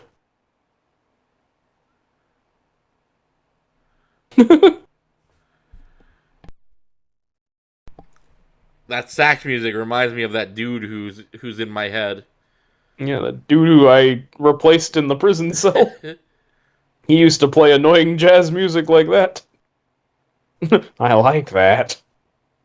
Hey, that could be Bill Pullman. aged up. Mm-hmm. He's got kind of Ooh. Pullman face. Maybe he escaped prison, went undercover, and then aged into this dude. Oh, ooh, the blonde.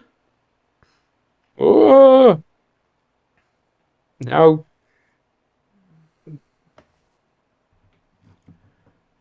yep. Now we're in the blonde part of the movie.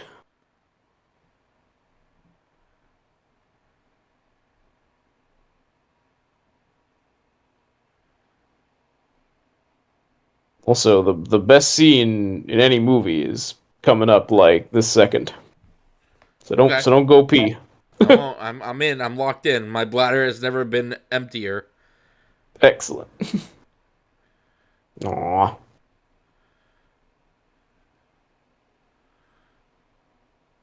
Oh no. Oh, this is some casino. Yep. We're doing it.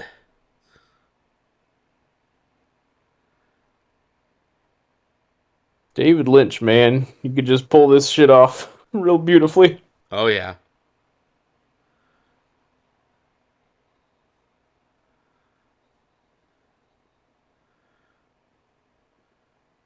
Dude, I so fucking love Hit You Like a Hurricane romances. Mm-hmm.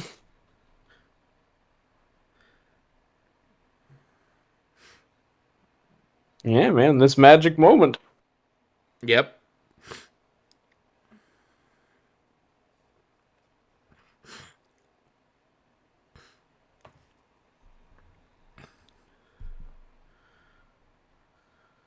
So weirder than wine.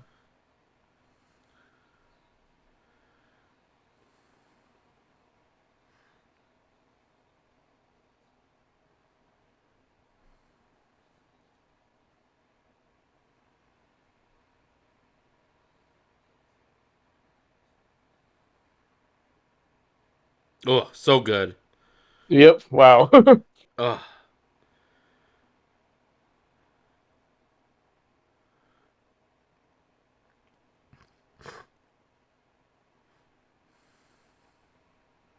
I mean, if the movie just ended there, you'd be like, "All right, that was great." Yep.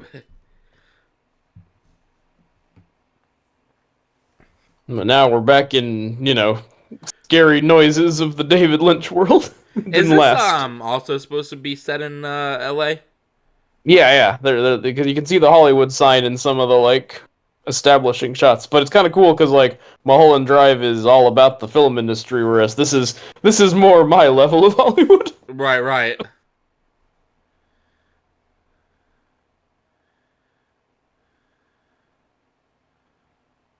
Yeah, this one, Mulholland Drive and Inland Empire are like his trilogy of noir kind of movies, all set in Los Angeles. There's his Angelos's movies. Yep.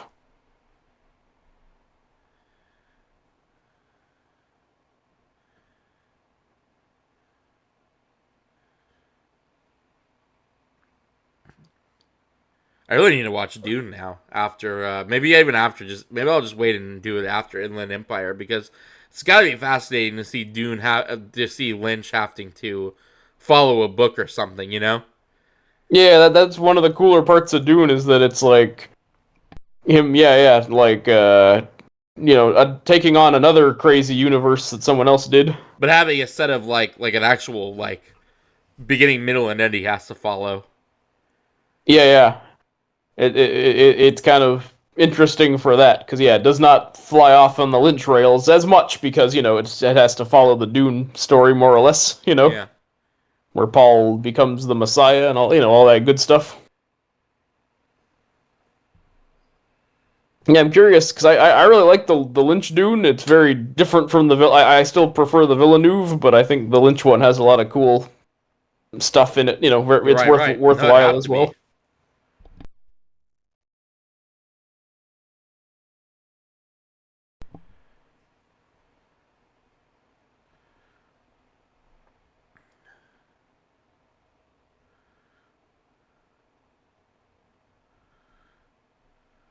Yeah, she's just wearing a Marilyn Monroe outfit. Yep, she is Marilyn Monroeing it up.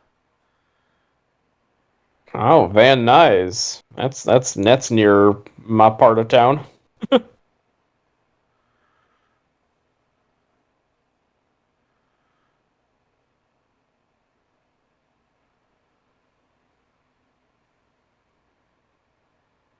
looks pretty cool, this Balthazar Getty, with his stupid chain necklace. He's a very 90s boy. Yeah, he looks. He's very 90s.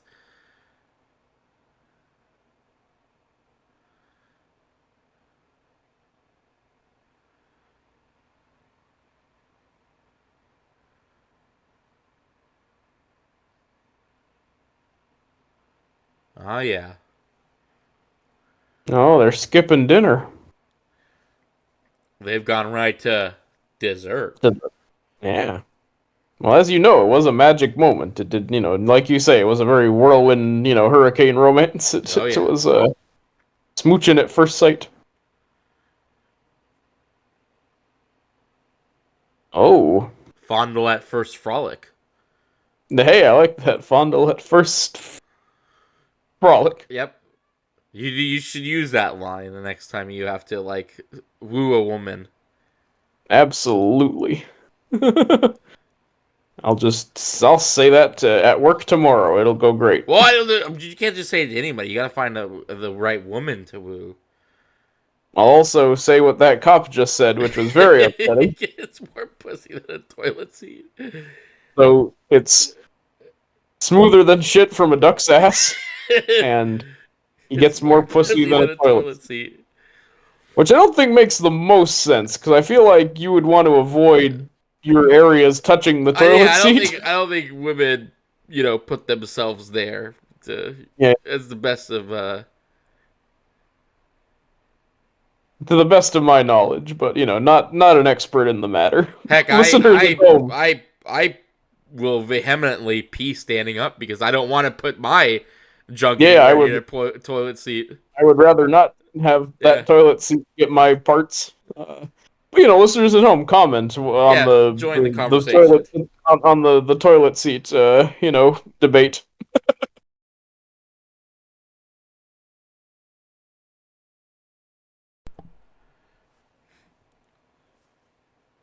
Also, I don't know if you've put it together, but this is Kissin' Kate Barlow. Wait, is this also... Wait, it is? Yeah, this is Patricia Arquette playing now a blonde lady. Interesting. Yeah. I actually did not put that together. Her wig was enough to, like... Yeah, too convincing. Yeah. Yeah. So this is now we're getting into the Mulholland Drive-y parts where things are starting to connect with the earlier story a little bit.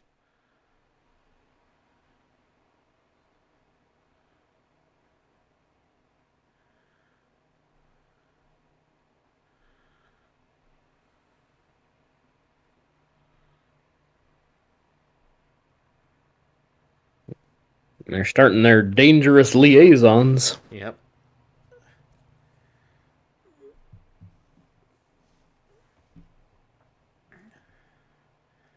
David Lynch does love an age gap relationship. Yeah. Is that mature woman with James? Yep. And then in Twin Peaks as well, that one of the lamest Twin Peaks subplots when Nadine thinks she's a high schooler. Oh yeah, yep. And tries to date Mike, I believe. And we'll never forget the most infamous one of them all, which is also the best one, Cooper and Audrey. Oh yeah, Cooper and Audrey. Yep. It's and if you were ever to watch the movie Blue Velvet, that's a big part of that one as well. Is it also? That's also a Lynch one, right? Yeah. His, which it's similar to how I remember you watched Goodfellas after Casino and Wolf of Wall Street, and it seemed like much smaller than those ones. Yeah. I think you'd feel that way about Blue Velvet too, or after like Lost Highway and Mulholland Drive, you'd be like, this one's almost too normal. Oh, really? Yeah, that one is more of a conventional crime thriller, but with like fucked up David Lynch stuff around the edges. But it's not as like different realities as Which this one one. Would you say is more coherent, Blue Velvet or Dune? Probably Blue Velvet, because Blue Velvet is pretty much set on Earth. Like it's like a murder and crime and rape and mayhem, but it's like you could pretty much chalk everything up to it just being like regular people. yeah, regular people doing bad because because Dune at least has the water of life and all that trippy stuff. That's still part of it. Gotcha, So gotcha. so he does get to get Lynchy through that part of the Dune story. All his worm dreams and whatnot.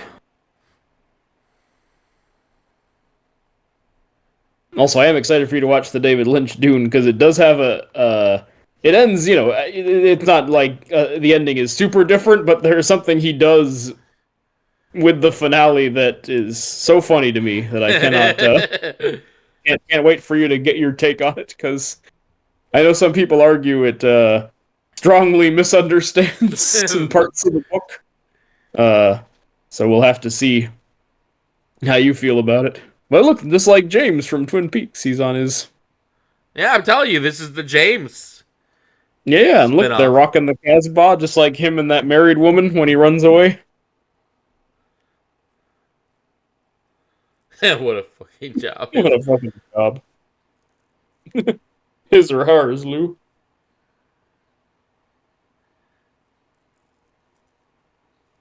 Yeah, man.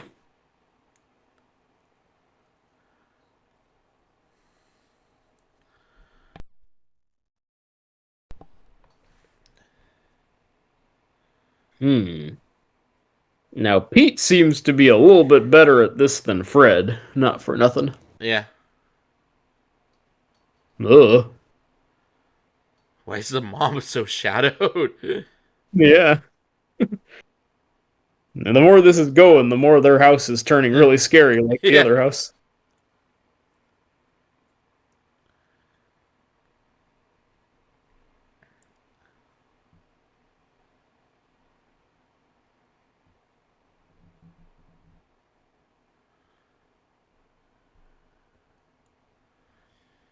No, man, I just ended up in a fucking prison cell. Yeah, well, I don't know what to tell you. Yeah, like it defies the laws of everything we know about the universe. But I'm Yep, cool with yep. it. He's just back to being a ladies' man around town. He's like, I'm just trying to put that chapter behind me and get back to helping Mr. Eddie with his car. We saw you that night. Ooh. Uh-huh.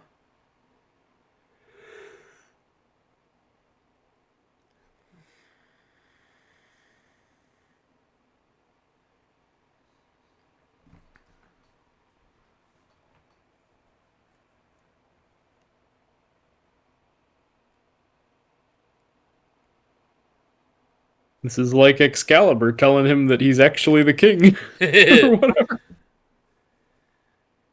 Not for nothing, but one day we got to do Excalibur. Oh yeah. No, that will be uh after Conquest. We have to yeah. We'll continue in I know that I already vein. jumped the gun on it, but God, that would be such a good movie to just like talk about. Yep. Dig into one of the best ever, man. That is a Oh yeah, no, it's one of the greatest movies of all time, man. such a damn good movie.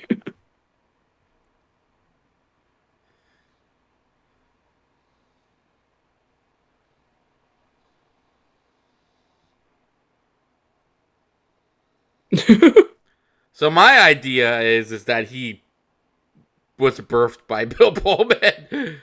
It seems like that because they're not quite explaining what the parents and his girlfriend saw that night. And he got split, and Bill and somebody was split open and gooey by the end of that. Yeah, there was some weird body horror, and then suddenly, and like lightning flashing electricity, when suddenly he was Bill Pullman, or he had taken Bill Pullman's place in reality almost. But he exists, which is what's weird, because like the police found him, on the computer. Yeah, So it's like Bill Pullman just disappeared, and a guy from across town, like took his place. Oh, if you ever found out somebody was making out with her. Ooh.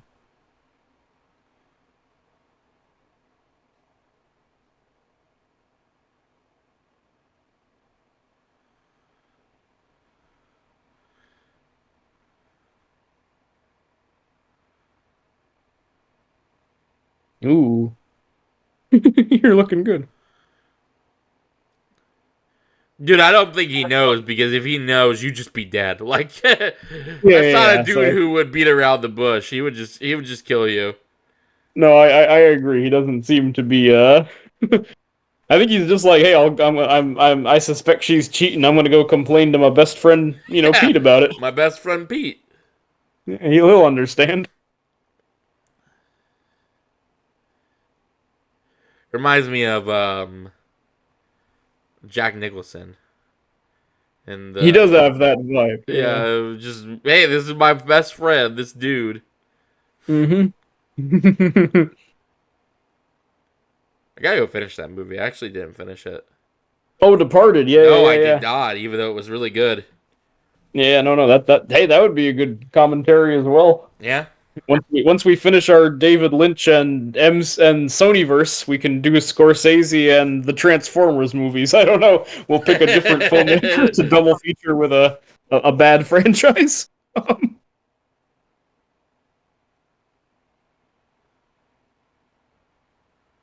Yeah, what did he say? Like, I was bad at school, but I'm smart. That's called a paradox or Yeah. whatever. Yeah.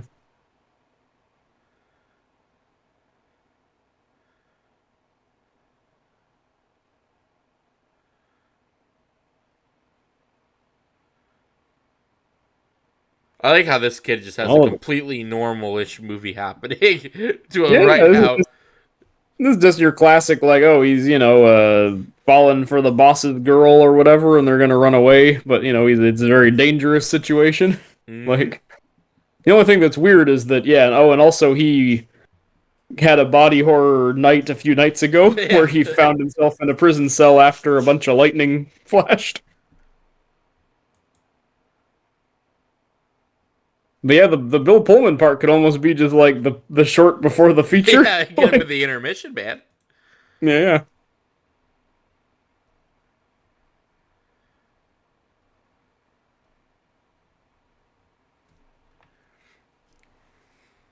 yeah. Uh-oh. But see, this is much like how Bill Pullman was kind of suspicious of his wife. Now it's starting to sink into this relationship a little bit. Who does pornos? Mr. Eddie produces pornos, and she was involved in one or more of them. So that porno that Mr. Eddie offered to Pete was perhaps one of his own. Oh, Haven't we heard about Mooks before? that's yeah, yeah, when Bill Pullman's driving back from the party and he's jealous of the Ray Liotta looking guy.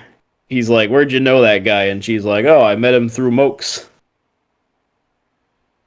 So both versions of Patricia Arquette are involved in this Mokes guy.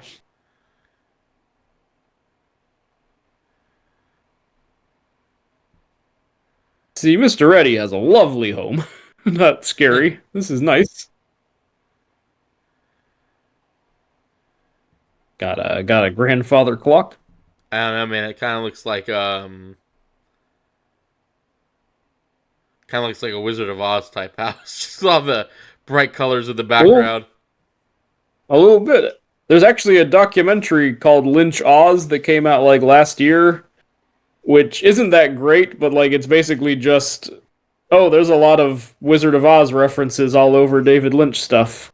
Oh, that's And interesting. it's like it's not like it's interesting, but it's not a very great documentary because it kind of is just like look at all of them. That's it. It Yeah. doesn't like it doesn't get to any higher conclusion about it except like, well, that's there. Whoa. This movie's kind of known for having one of the best soundtracks of the 90s, like Yeah. a lot of No, it really it is really getting there. a lot of bangers in it.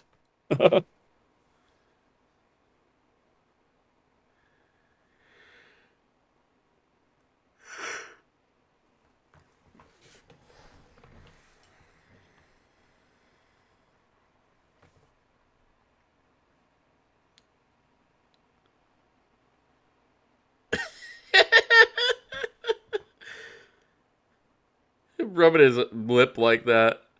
Yeah. So fucking weird. Yeah, I don't appreciate his react. This is one of those scenes where is it sexy is like, well, not him rubbing his. Yeah, he's making it less sexy. I gotta say, It's as sexy as it is creepy. more unsettling. Yeah, thanks to Mr. Eddie there, and the gun at the head is not great either.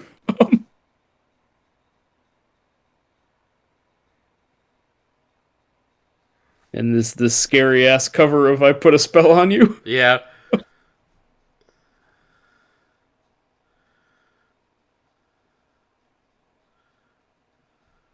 Hocus Pocus, another great double feature with this movie.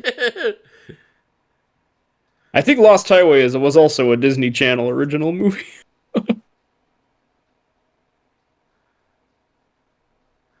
We're gonna watch a Disney Channel movie. Let's watch a Disney Channel movie. Yeah, and then, and now back to Lost Highway. But and it's this That's scene. another thing we'll have to do one day is is like a trilogy of Disney Channel movies.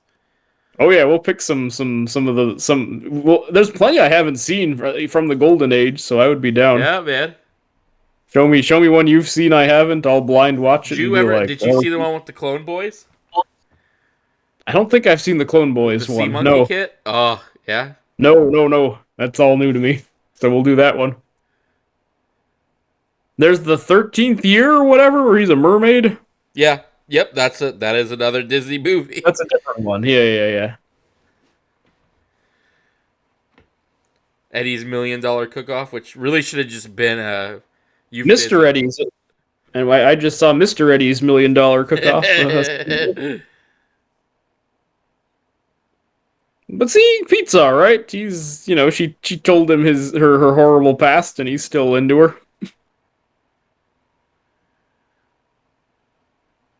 Who the heck's Andy? Our ticket out of here is this Andy guy.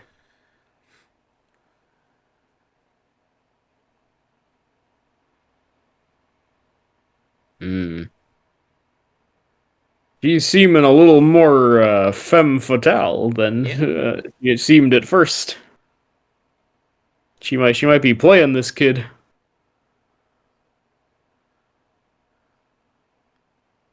Those are a very specific set of instructions.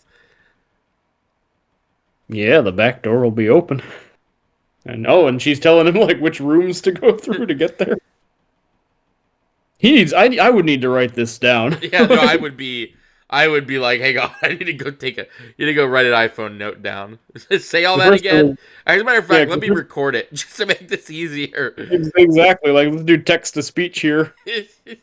I guess this was the late night. I guess the only cell phone is the one the Joker had. So let me go out and get a Baymax tape, and we'll figure this all out. Yeah, you'd have to get like a cassette player. I can listen to it on my Walkman as I approach.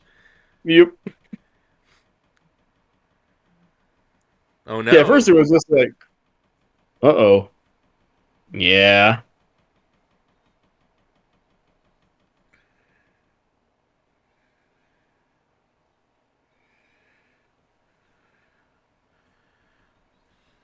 I mean, Pete deserves getting a tongue lashing about this, yeah. I would say.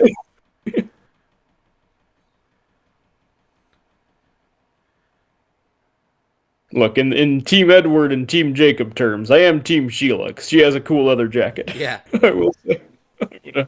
I would have just stuck with Sheila and his nice greaser parents. Oh, you are different. Everybody's in on it except for... He's changed, man.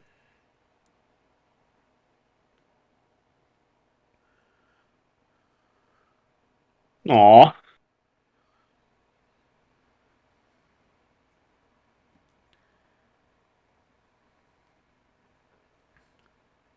And then she got hit by a car. It does feel like Mean Girls. Yeah, her running away like that was very Mean Girl. Yep, like you expected the bus to disappear.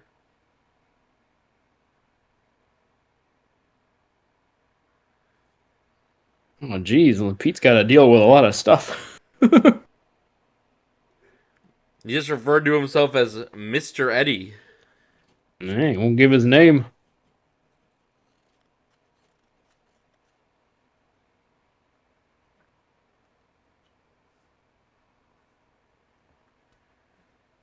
The dad just like, I don't know, man. We got a weird kid. It was Mr. Eddie.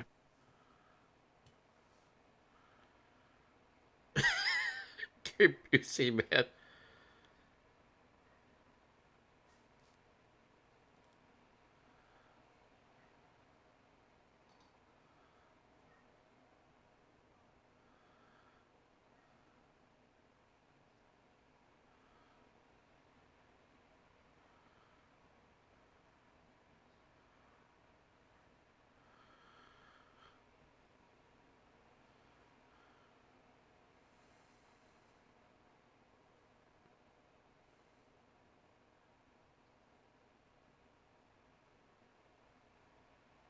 Uh-oh.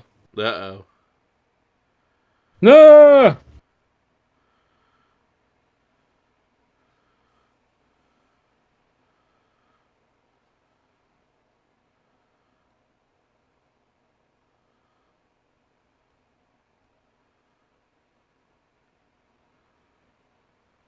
That's what he was saying to Bill Pullman when he pulled the creepy phone trick.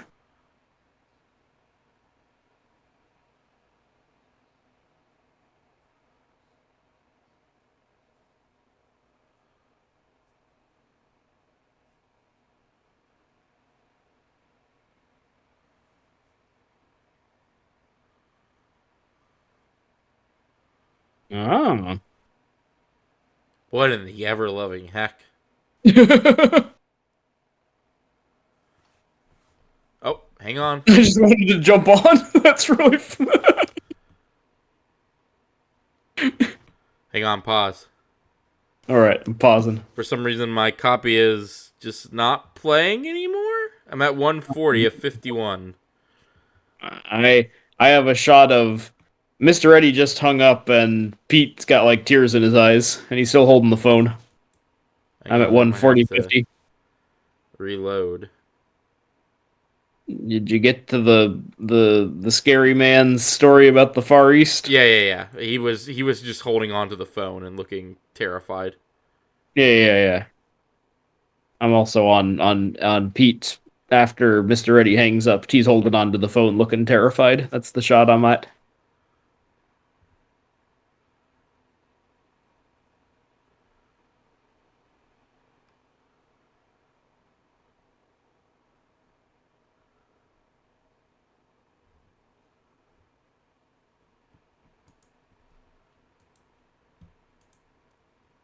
Maybe there's too many people watching the lynch. Yeah, maybe. Everyone's crashing the servers Yeah, of Amazon or wherever you got your copy. I had to move to a different server. Oh, you were right. You were watching it on a secret. Yeah, I was watching it through means. Mm-hmm. Okay, hang on. All Yeah, right, no worries. 139.17, but now I'm on a whole new. I've moved to my own parallel universe technically. So everything might Yeah. be new and crazy. Listeners at You're, home, you're you're switching. This is. none of this will be edited out because it would be too complicated. No, 'cause So buckle up this for is that ride. yeah. Tanner has moved from Parallel Universes 1 to Parallel Universes Yes, 2. David, do you want to tell me anything new about your parallel universe version? Any Yeah. crazy and wild? Are you in a relationship with a mobster's mistress? Yep. I've started dating the boss's girl or whatever, and Ah, the we're gonna boss of the run off. wine cellar. That skeleton's gonna come and get you, man. Yeah, man. And that scary Joker dude is calling me up, telling me we've met before. Okay, at your house, don't you remember? Gary Yep. Busey's looking all crazy. No, I don't. And then in the Far In the East, Far East, person is sentenced to death. Place where they can't escape. Knowing never when an knows woman. executioner may stay up behind them. Bullet into the back of their Mm-hmm. heads. He's saying, what's going on? I'm at 139, 140. It's been a pleasure talking to you. No, Okay. I love my favorite line, Mr. Eddie being like, I just need to get in on this convo again. Okay, yeah, he's saying right now, Pete, I just want to jump on and tell you that I'm really glad you're doing okay. All right, he hangs up, and There we then go. Click tell on the me. hang up. There we go. All right, and then scared Pete. Yeah, We're hitting scared play. Pete. He is dropping his phone. He's All kind right, of so crying. we're Press now in play. sync. Yeah. Yeah, parents are gone. Maybe they just went to bed. They were just like, whatever. Well, what do they care? It's just they're living Doesn't their seem like best. that. They're living their best. That seemed more of a Mulholland Drive when Betty's suddenly gone after they opened the box. They're kind of like Ned Flanders, beatnik parents. They totally are. They've tried nothing and they're all out of ideas. Yep. That's discipline, man. That's like asking Gene Krupa not to go boom, boom, ba, ba, ba. Pete just has to admit that he hates his parents, and Yeah. he'll feel better. Lousy beatniks. Or his parents have to admit that they hate him. Either which way. Yeah.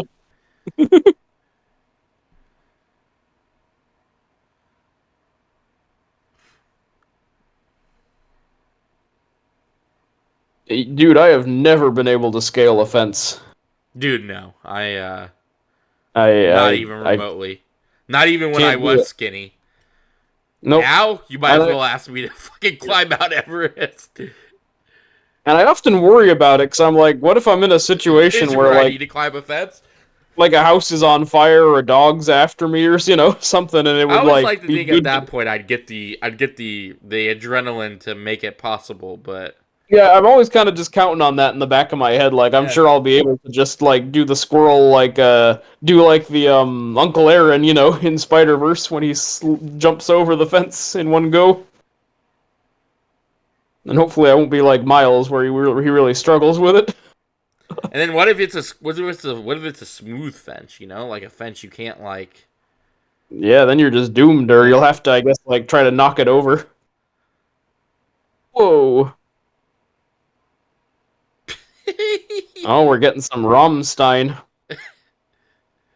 I now know exactly what you meant by saying this would be a great double feature with Eyes Wide Shut. Yeah, it's This is this all I like needed was this shot and this chanting in the background. this crazy German rockin'. And yeah, this looks exactly like the sailor flashback in Eyes Wide Shut, Mm-hmm. or the fantasy he has of what it would look like. And yeah, I feel like not to spoil your interpretation or whatever, but I feel like male jealousy is a big part of this movie too. Yes. Is an important yeah. And that's the dude. Oh no, he killed Ray Liotta Yeah. or Gomez. Yeah, he killed Gomez Yeah, Adams he killed there. Gomez Adams. Mhm.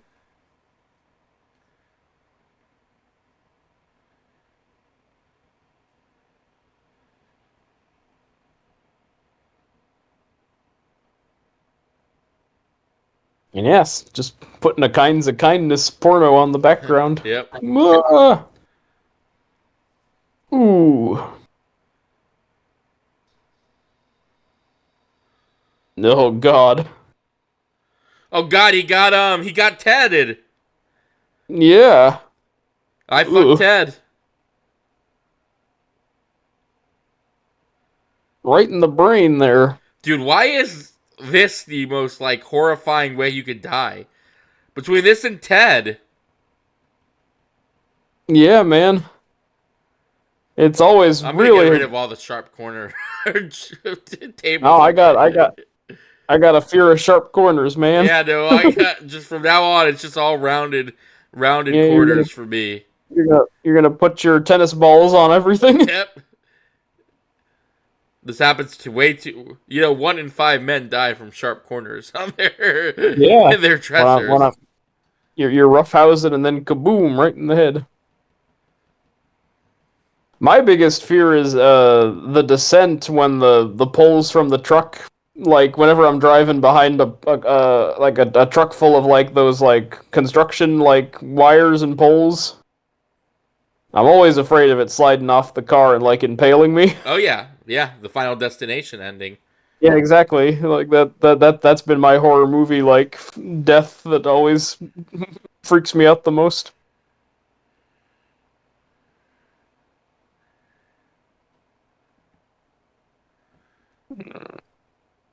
Oh, Suspiria too. See our previous commentary for more glass in the head. Yep. The opening of Suspiria there.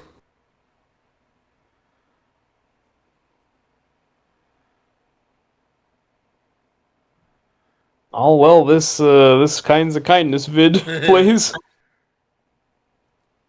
Dang, she's cold. She's not only taking the money, but like also taking all his jewels. Damn right. Whoa, man.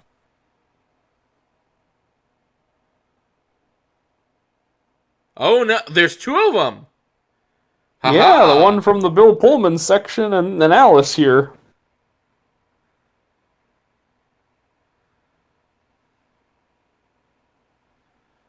Twin sister?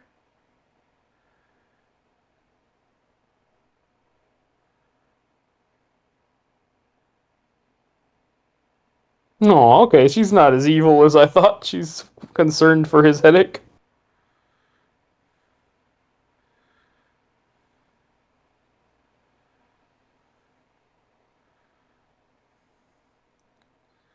But don't leave any DNA.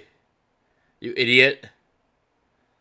I mean, this would be I think I'm no forensic expert, but I think this would be a fairly easy crime scene to figure out the who and what of. Well, yeah, if he's gonna Uh, start leaving his sweat and blood and everything all over the place. yeah. Now he's smearing his DNA everywhere. Whoa.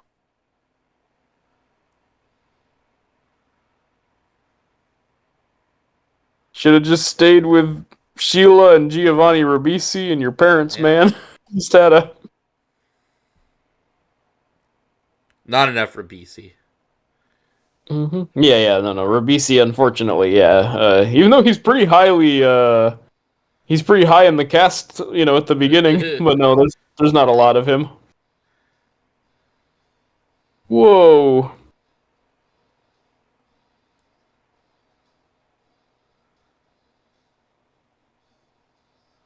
He's just like, what are you talking about, Orange Lady? This is crazy. Man, this kid is just poor. This poor kid. hmm But Rammstein.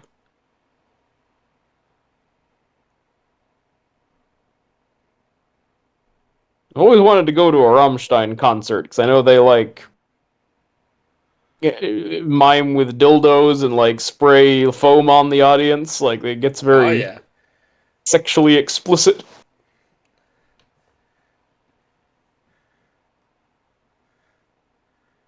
Out. Oh yeah.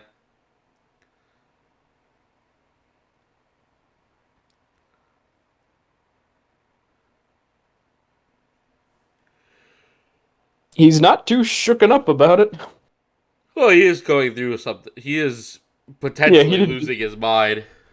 Yeah, he did just see like a glowing orange sex scene in a crazy hallway while Rammstein played.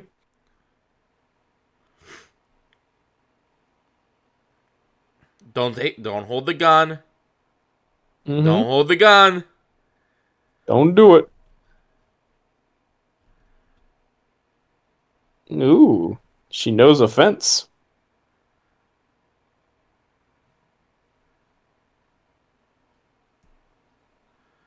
Do you call him and tell him that there's a problem with your Hoover vacuum?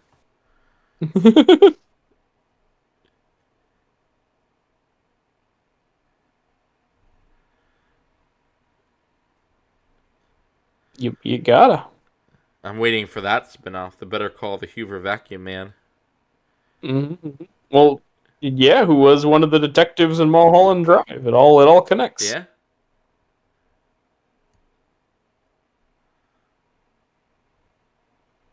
Ugh. One more shot of that guy, Ugh.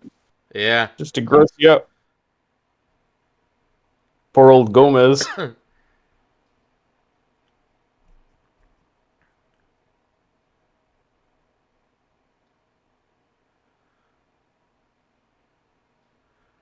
Oh, hey, we're on some We're kind of on some highway. kind of highway. Maybe they'll get lost. Might be getting I mean, I'm already on a lost highway. Life is a highway. Yeah, see, it says Rascal Flats says, as Lightning McQueen taught me.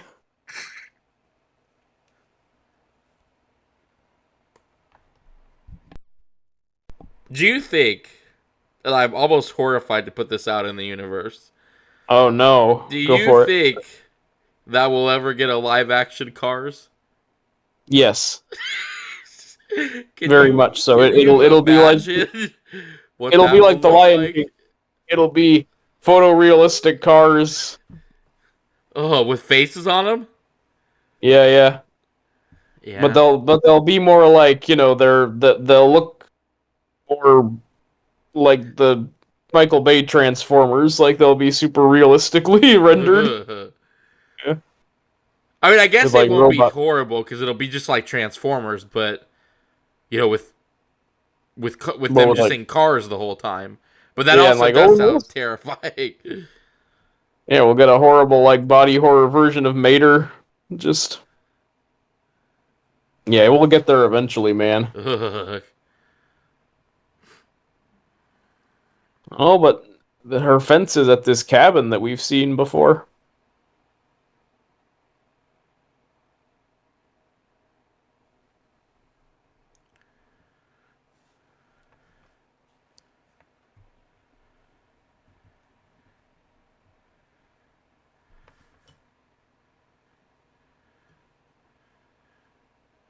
This cabin that seems to be constantly exploding and reassembling. Yeah, It's a it's real just a chicken and egg perfect. situation. Exactly. Like, did it explode first or did it reassemble first?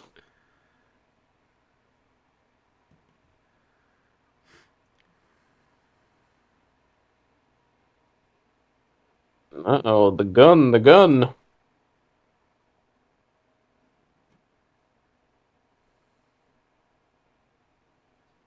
All right, we got like 20 minutes left, so, something's got to give.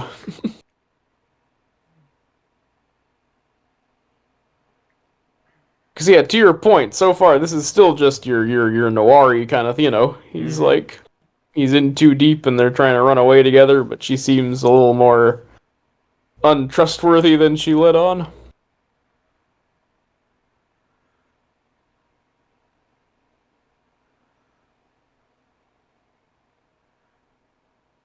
I might like this one.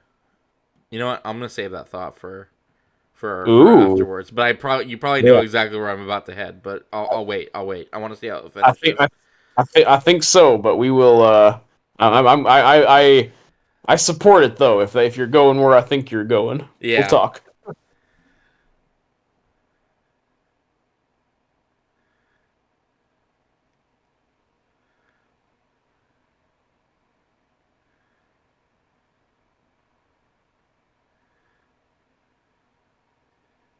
Also, is the question we always ask. You're about to get another answer. Yeah, man. Like it is. I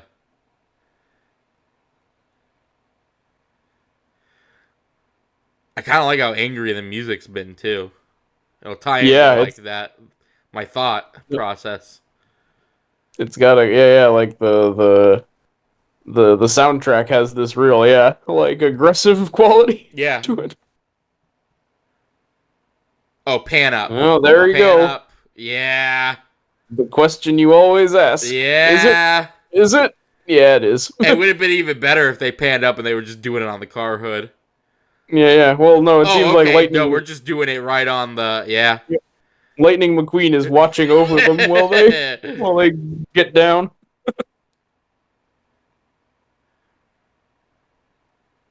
And yeah, again, this has also got that blinding light, lady Yep. in the radiator, end of Mulholland Drive, like look to it.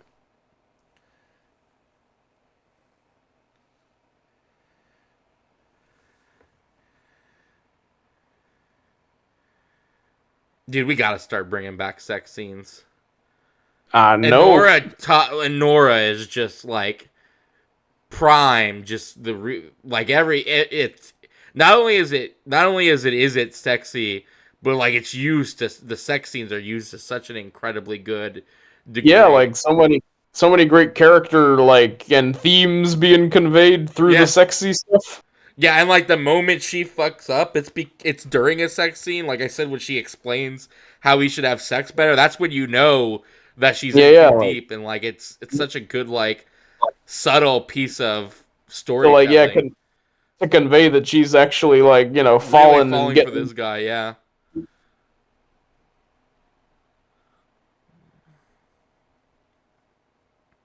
Look at all that crazy frayed hair. Yeah.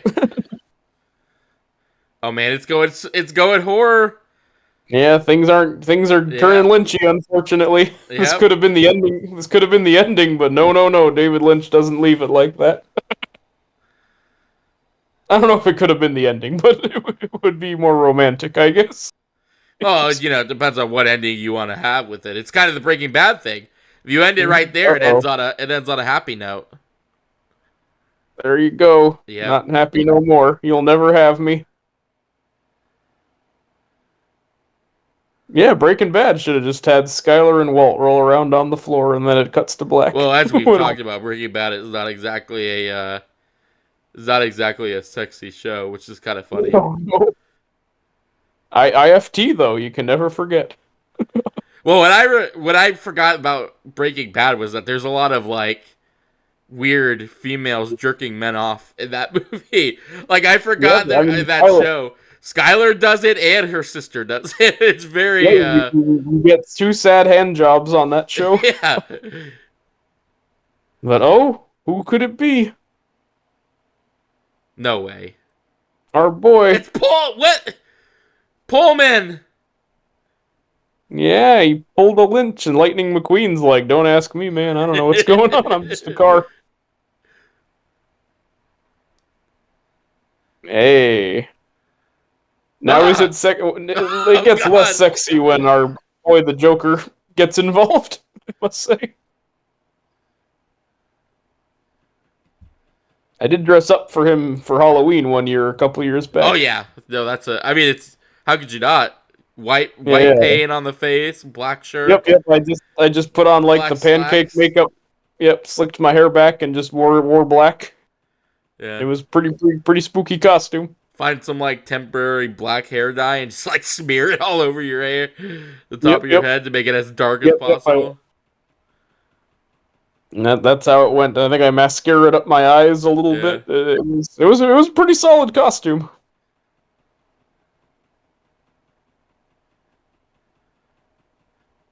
Dude might be trying to break out of the Matrix. He feels like a Matrix code like character, a program. Mhm.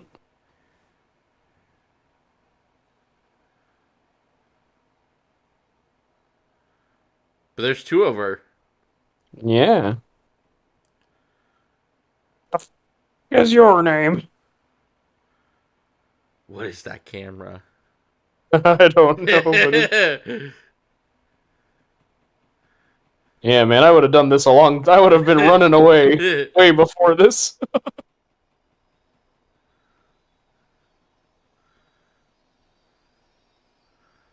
Ugh.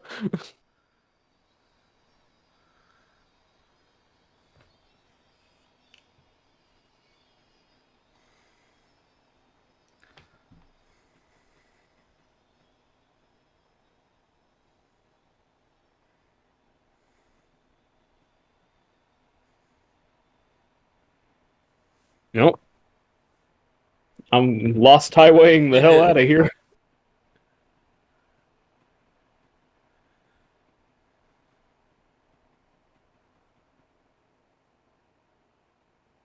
Lost Oh, Highway hey, Hotel. there we go. Now everything makes sense. Yeah. It was all That leading to this. that solves the mystery. We got it. Oh, and there's Original girl. yeah, there's black-haired Patricia Oh Arquette. God, it's Mr. Mr. Eddie, man. I don't want he he takes some of the is it sexy points away. Bill Pullman is rocking this leather jacket, though. No, I mean look at that hair, man. Yeah. 25. I think Ooh. 26 was on the other one as well.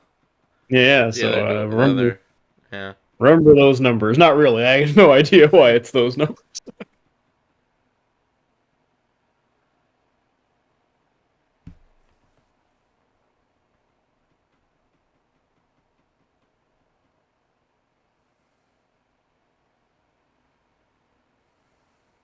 Oh, that was very loving. She gave him a little smooch on the forehead on the way out.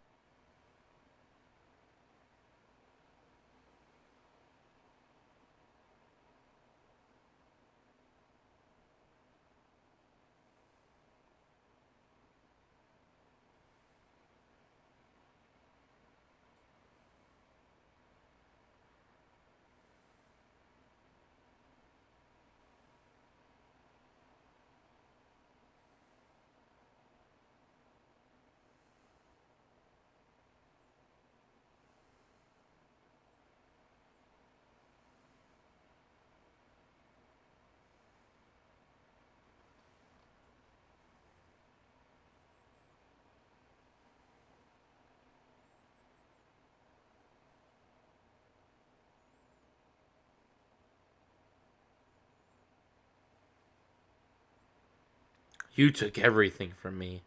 I don't even know who you are, man. Yeah, Where's Pete at? What? Who are you? How can I do that? I don't even know who you are. You don't look anything like that Pete guy I love so much. Yeah, my best buddy Pete. I don't know you, man.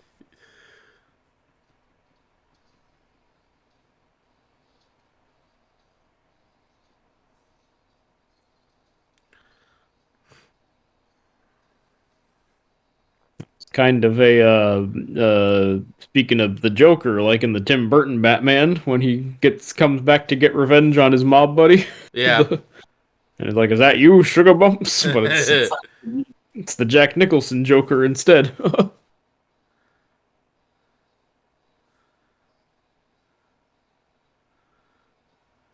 No, more of the Who's creepy watching? chant. Is it? Oh yeah, yeah, it is. Fucking looking like Nosferatu as he No, fucking curtain. that is the scary one of the scariest shots ever. Him looking out that curtain is really unsettling. The way he decides to look out of it is fucking creepy. No, the Mystery Man is a real like. If you're walking around your, house at night, you do not want to like imagine him around the corner. Oh God. No, remember, he does not go where he's not welcome. So, I guess I'll be okay then, because I don't want him. I don't want him in my house, man. Well, Mr. Eddie's putting up a pretty good fight for. If we're talking the power levels of David Lynch characters, Mr. Eddie's pretty formidable. Whoa. Somebody handed him that knife. Yeah, someone off screen was like, here you go.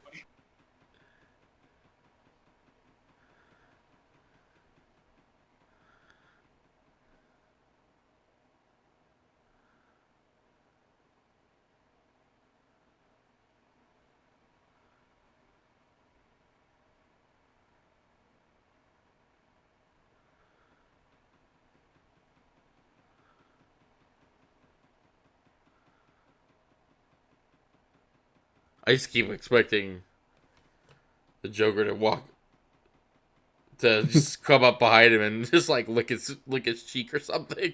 Yeah, it's got that creepiness to him. Also, this is very Joker. Him with the cell phone almost feels like The or this comically weird large antenna. Yeah. This is something the Heath Ledger Joker setting off some bombs or something. Everybody's having fun watching these wonderful motion pictures. Neither of those are the women, right? Yeah, I don't think those were. Oh no, there she is. Yeah, but neither of the. Okay, maybe that girl is. I think that girl was, but the other one did not seem to be her. Yeah, these are not her. These are just other porno ladies. Ugh. Ugh. But now this porno's turned into something nobody would want. Mr. Eddie still seems into it. Yeah, so does Renee. Yeah, it's turned them on that.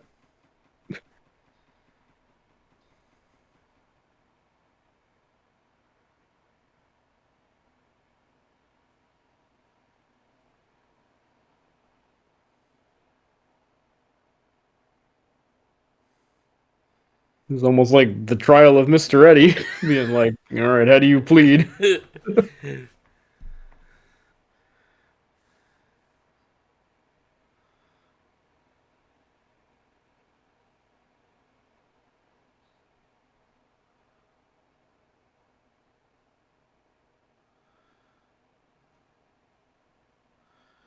All the guns in this are so shiny. I know, they like glisten. Aw, R.I.P. Mr. Eddie.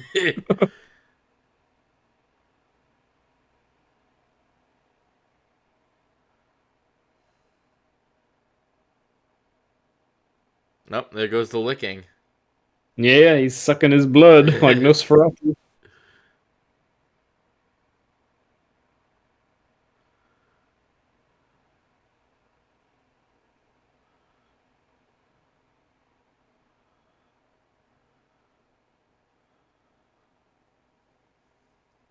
God, the idea of like putting a gun anywhere near my penis. Yeah, no, Just whenever anyone tucks a gun into their pants, I'm like, ah, jeez. Like, I would not be doing that. never in a million years. I Oh, was just there's no more watching. Alice.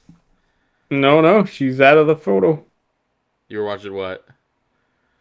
Oh, I was watching the movie I'm Still Here earlier today, and yeah, they're like tucking guns into their pants as well, and I'm like, don't do that. Yeah. It could be empty and absolutely unloaded and still no. Mhm. Oh, there's no such thing as a bad coincidence. Nope. Oh, poor Mr. Eddie. Like Jesus, he's crucified. His neck flip's kind of like blowing in the wind. Yeah.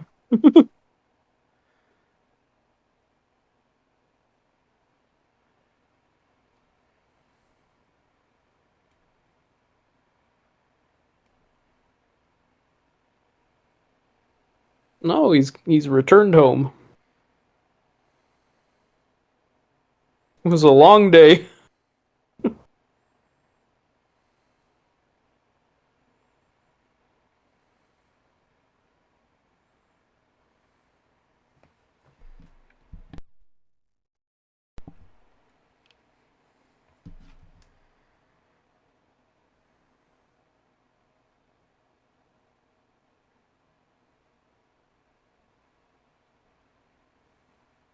Those cops are still trailing him. Whoa. Yeah. Wait, what? He was the Yeah, he beginning. was.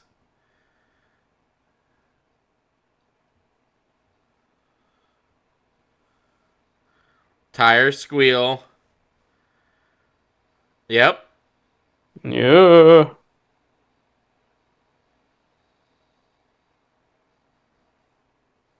That's why he didn't see nobody, because he got out real fast. Mm-hmm. Oh, and he's on the highway. Yep. And looks like he's, in hot pursuit. The law is in hot pursuit. This is just like Presents. It is. Yeah, leaving out the window at the end. He's able Everything's a to leave. circle, man. Yeah, and he's able to leave his home or whatever.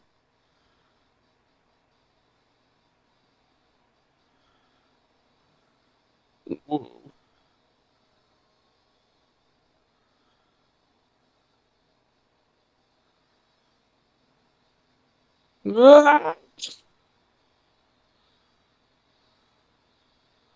Oh, don't bring Pete back. Pete doesn't deserve this ending. Aw, poor, yeah. It wasn't Pete's fault.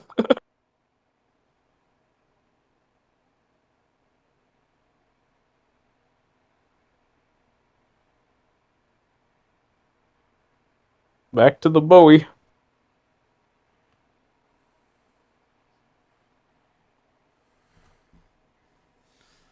Ah, Yeah. yeah.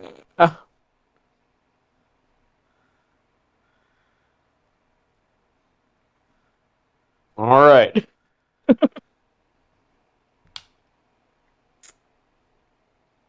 There isn't any stingers at the end or anything, right? No, no, no. This is the end. Yeah, like the David Bowie song comes back, and we're back driving down the Lust Nope. Yep. Highway. I think I like that more than Mulholland Drive.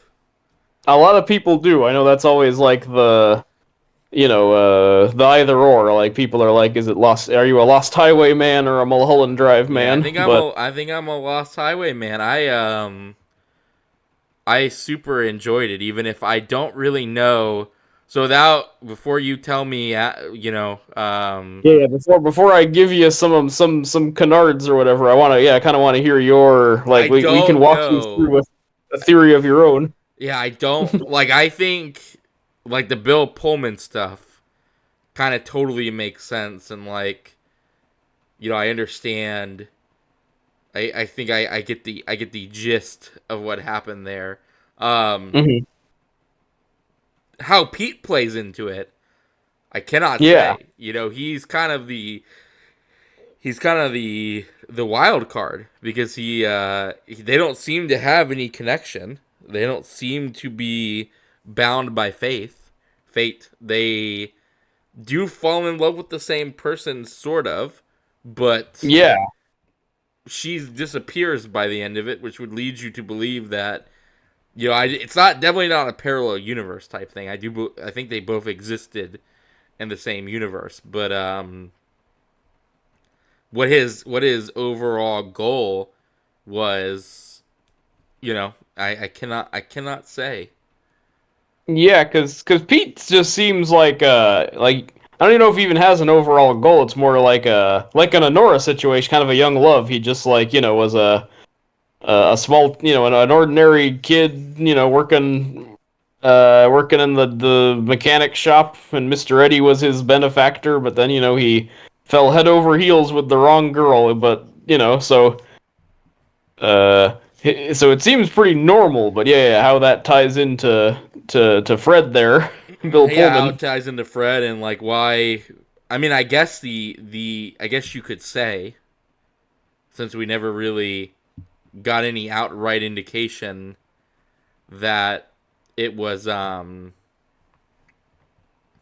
like maybe like the only thing I can think of is maybe Fred and Bill are, or Fred and Pete are, like maybe that was young Pete and he just had like a different life, Yeah. or maybe he changed his name for reasons after, you know after Hmm. stuff happened, and maybe Pete and Fred are the same person, but at different times of their lives. Maybe, yeah. That's funny you mentioned that because that's always been a vibe I've gotten. I almost feel like the Pete story is like how Fred and his wife met, especially because she said I'll take us to this fence guy who can give us new passports and stuff. So like Yeah. maybe they changed their names and fled together, Yep. and then their relationship soured due to all that eyes wide shut jealousy kind of vibe. Yeah. Like, yeah, because he seems to be very paranoid about, like, oh, you're talking with that guy at the party or whatever. Well, yeah, and that girl Sheila seemed to like know some great secret that like the family was potentially keeping from him as parents, and yeah, so maybe the Yeah, secret was that he wasn't Pete to begin with, or that he used to be named Fred, or yeah. something. What are the two like schools of, or what are So, the theories here? so this is gonna sound weird, but like, let me give you the David Lynch quote. That's kind of interesting.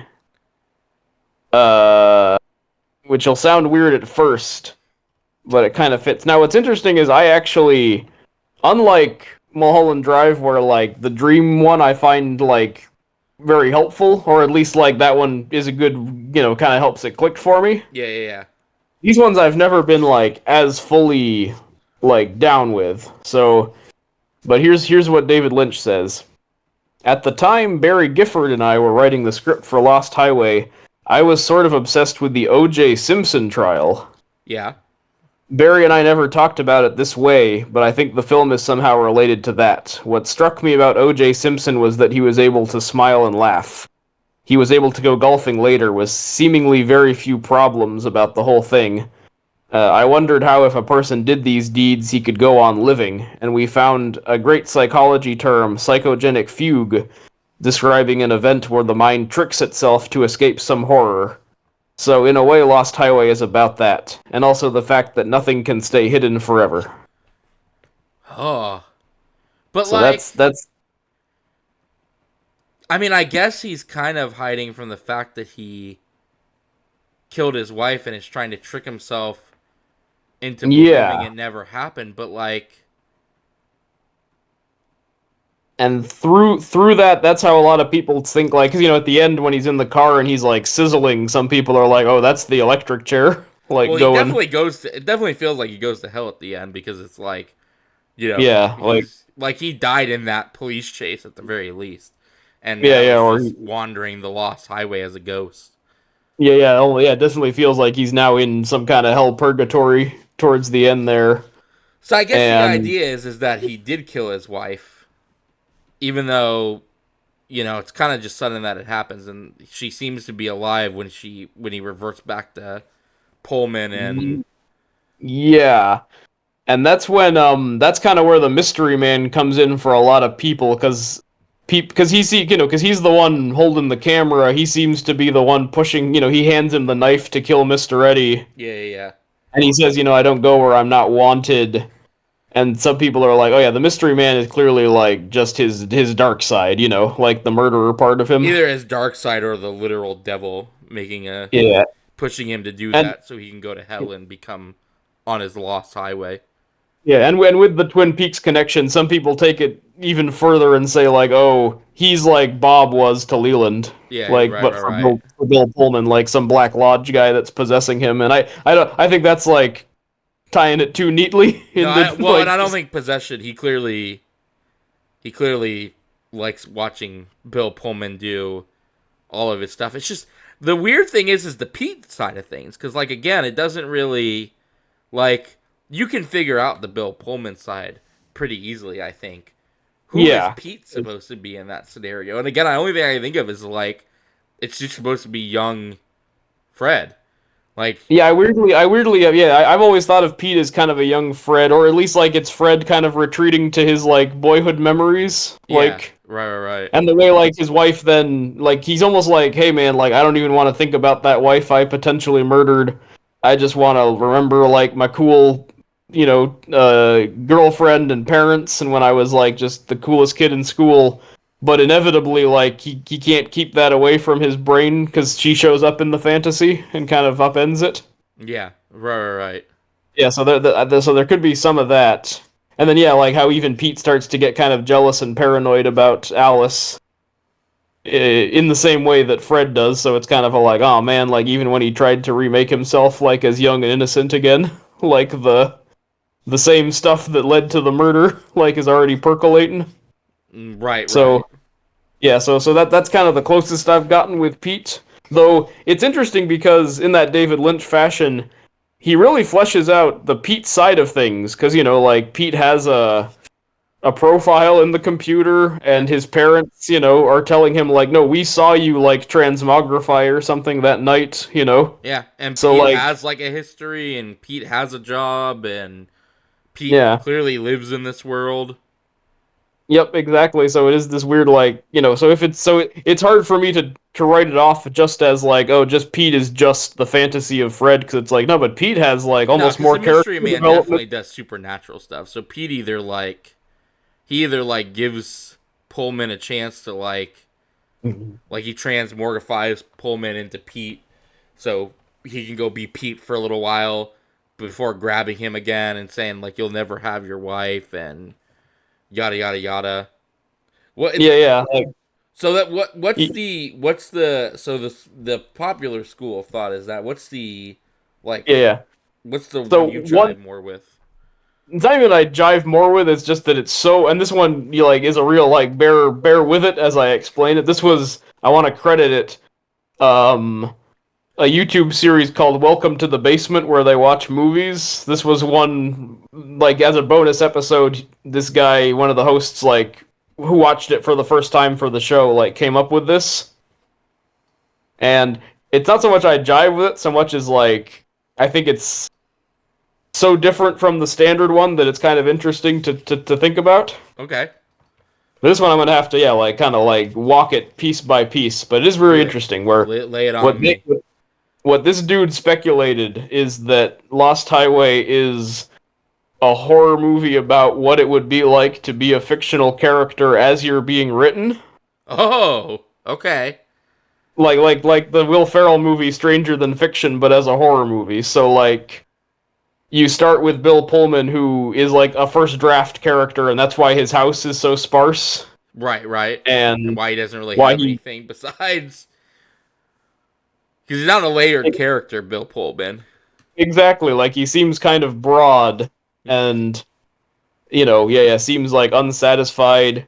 And in this interpretation, the mystery man is like the author or David Lynch, Sure. like kind of trying to figure out what's He going does on kind of with this dress like story. David Lynch, and he Yeah, also is a fan of putting a camera on. he is holding a camera. Yeah. Yep. So, so it's going along, and then the murder that happens is kind of like the author being like, all right, I'm setting stuff up. Let's just think of like the craziest thing that could happen to like really kick this story off.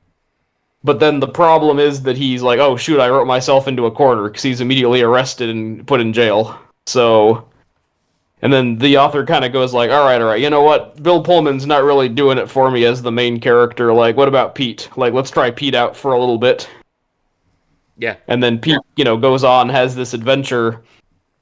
And then at the end, it still doesn't quite meanders off. And even like when she says you'll never have me, that's almost her saying like, yeah, you've yet to like write a main character who's worthy of me yet in this story.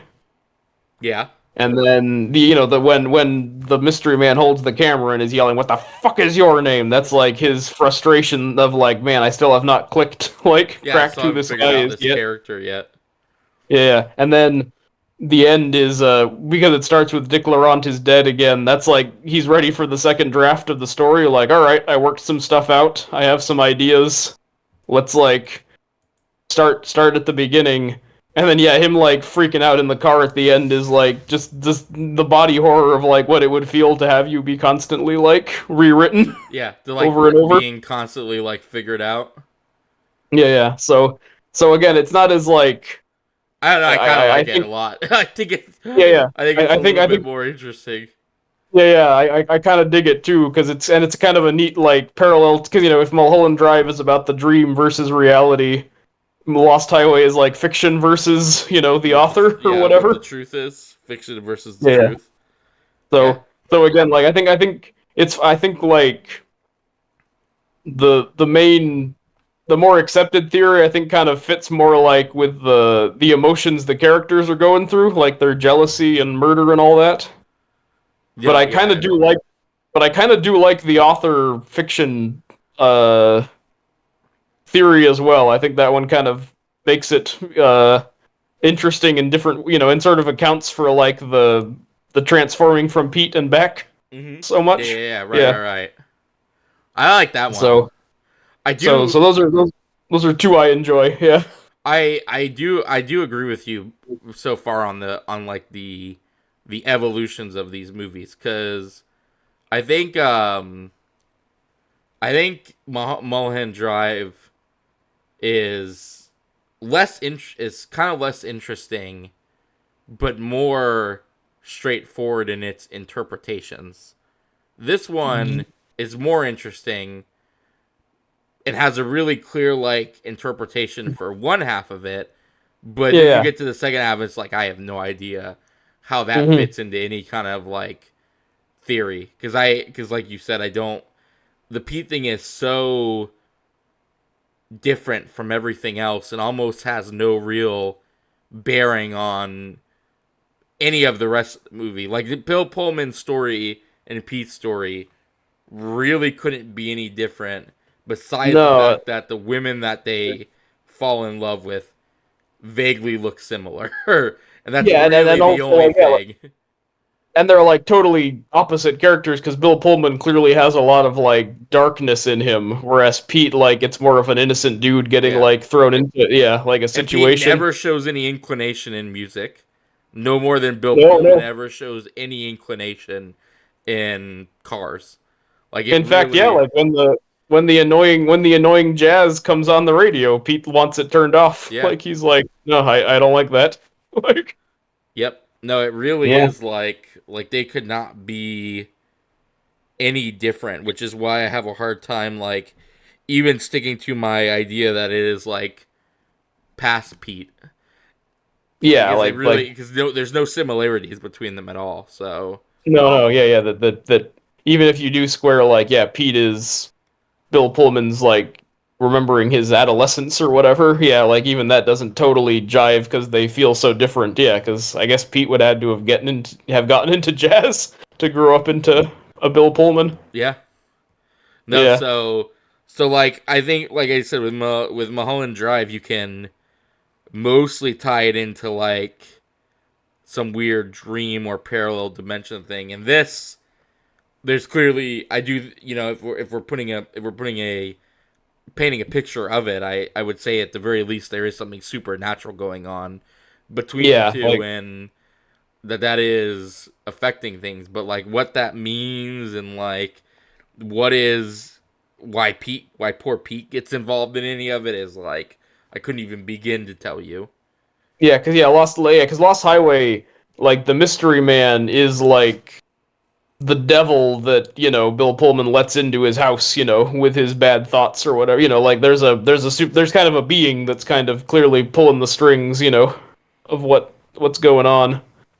Whereas yeah, Mulholland Drive is a little more tied into like it's this character in her head. Yeah. So it makes Yeah, me and it's excited funny. for Inland Empire because I have no idea how. Yeah, oh boy, we'll see how that one goes. I'm very curious because it's like that might be your favorite or least favorite depending on the where the wind blows. But yes, for me, it's Lost Highway and Mulholland Drive are like my two faves, and I give the slight edge to Mulholland. But what I like about because Mulholland Drive like gets me more emotional, like I choke up at Yes. it and stuff as I watch it more, whereas Lost Highway is like a lot scarier and edgier, and like See, I think that's what also hits it more for me because it's yeah, really yeah. it gets Like, really angry and like yeah, there's it a kicks there's up a the real music in a real way, and it's like, ugh. yeah, there's a real like rage behind Lost Highway, which yeah, like gets under your skin, but also is kind of like a good piece of thrash metal. It's like angry, but it also kind of gets your blood pumping Yeah, in combination. Yeah, yeah. Whereas Mulholland Drive is more, I guess you would say is more romantic, but like in yeah, this, the kind of but not the kind of angry romance it was given off is real like doing it for me. yeah, and there's still stuff like in Lost Highway, yeah, like the romance stuff does like this magic moment is like the most amazing scene ever where he Yeah. first sees her.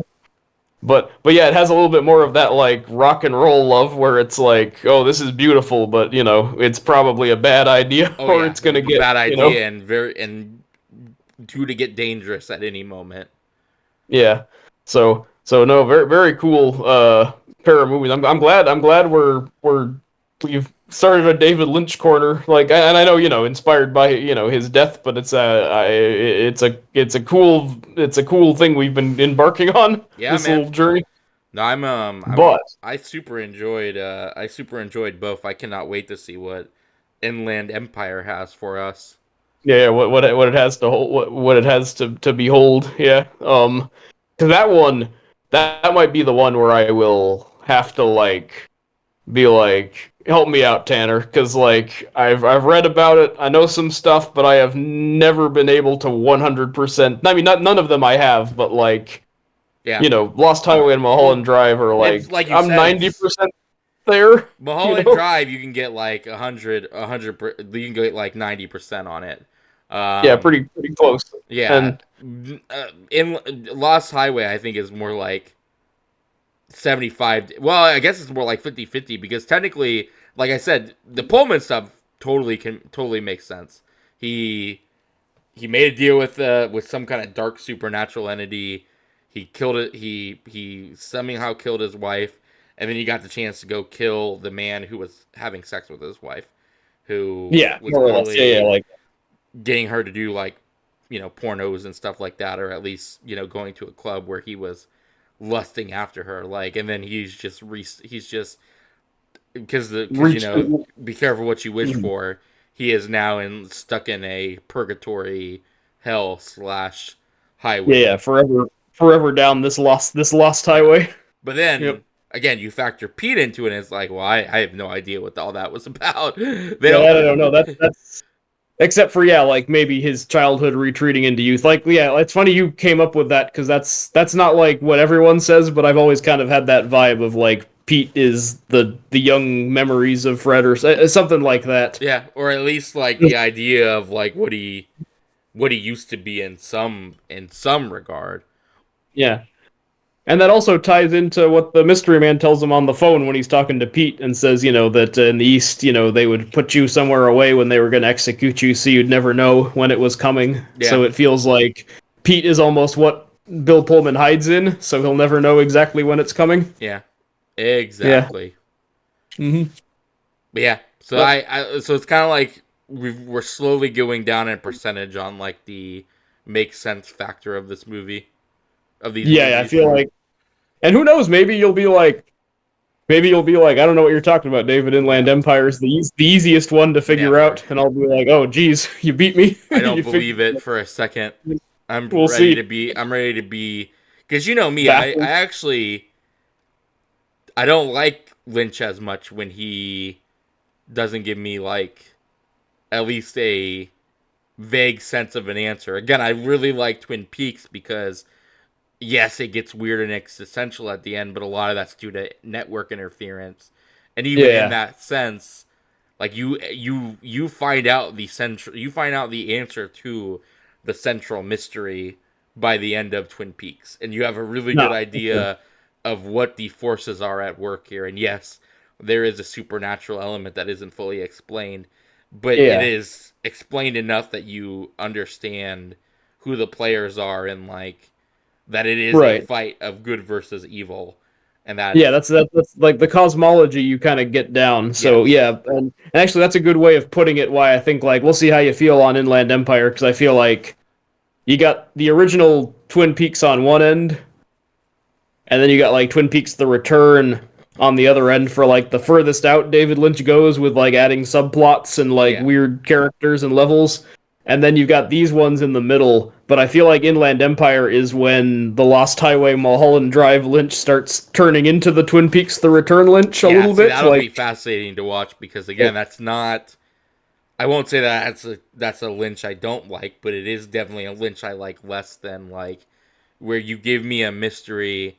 Maybe I can't make total sense of it, but I can kind of piece together some theories that are fascinating, and there's like a emotional heart at the center that I can really like latch click onto on. Yeah, yeah. as my lifesaver, so to speak. Yes, very much. Yeah, because like this one, you've got like Bill Pullman's like male jealousy, like the eyes wide shut thing, and then Mm-hmm. in Mulholland Drive you've got Naomi Watts like starting like naive and dreamy, and then ending very like ruined by Hollywood. And I That's think a hundred those percent. like even if you don't know all even if you can't nail all the particulars, you really feel like that part of those characters. Mm-hmm. So all right, Lost Highway it was, Lost but Highway. before we get to Inland Empire, we're gonna be taking a little trip to the Sonyverse. Oh yeah, Uh, oh, we're a going a David Lynch, hunting. Which, if David Lynch was going to direct one of the films of the Sony, if a Sony Spider-Man spinoff, what would character would we do with him? Ooh, I feel like you have to give him Mysterio. Yeah, he It's would the be the only, Mysterio. it's the only one that makes sense for him. Justin Theroux as Mysterio, and he's like a Hollywood director who starts, creating I don't know. illusions. You know what he'd probably also do a really good job with would be like the Green Goblin.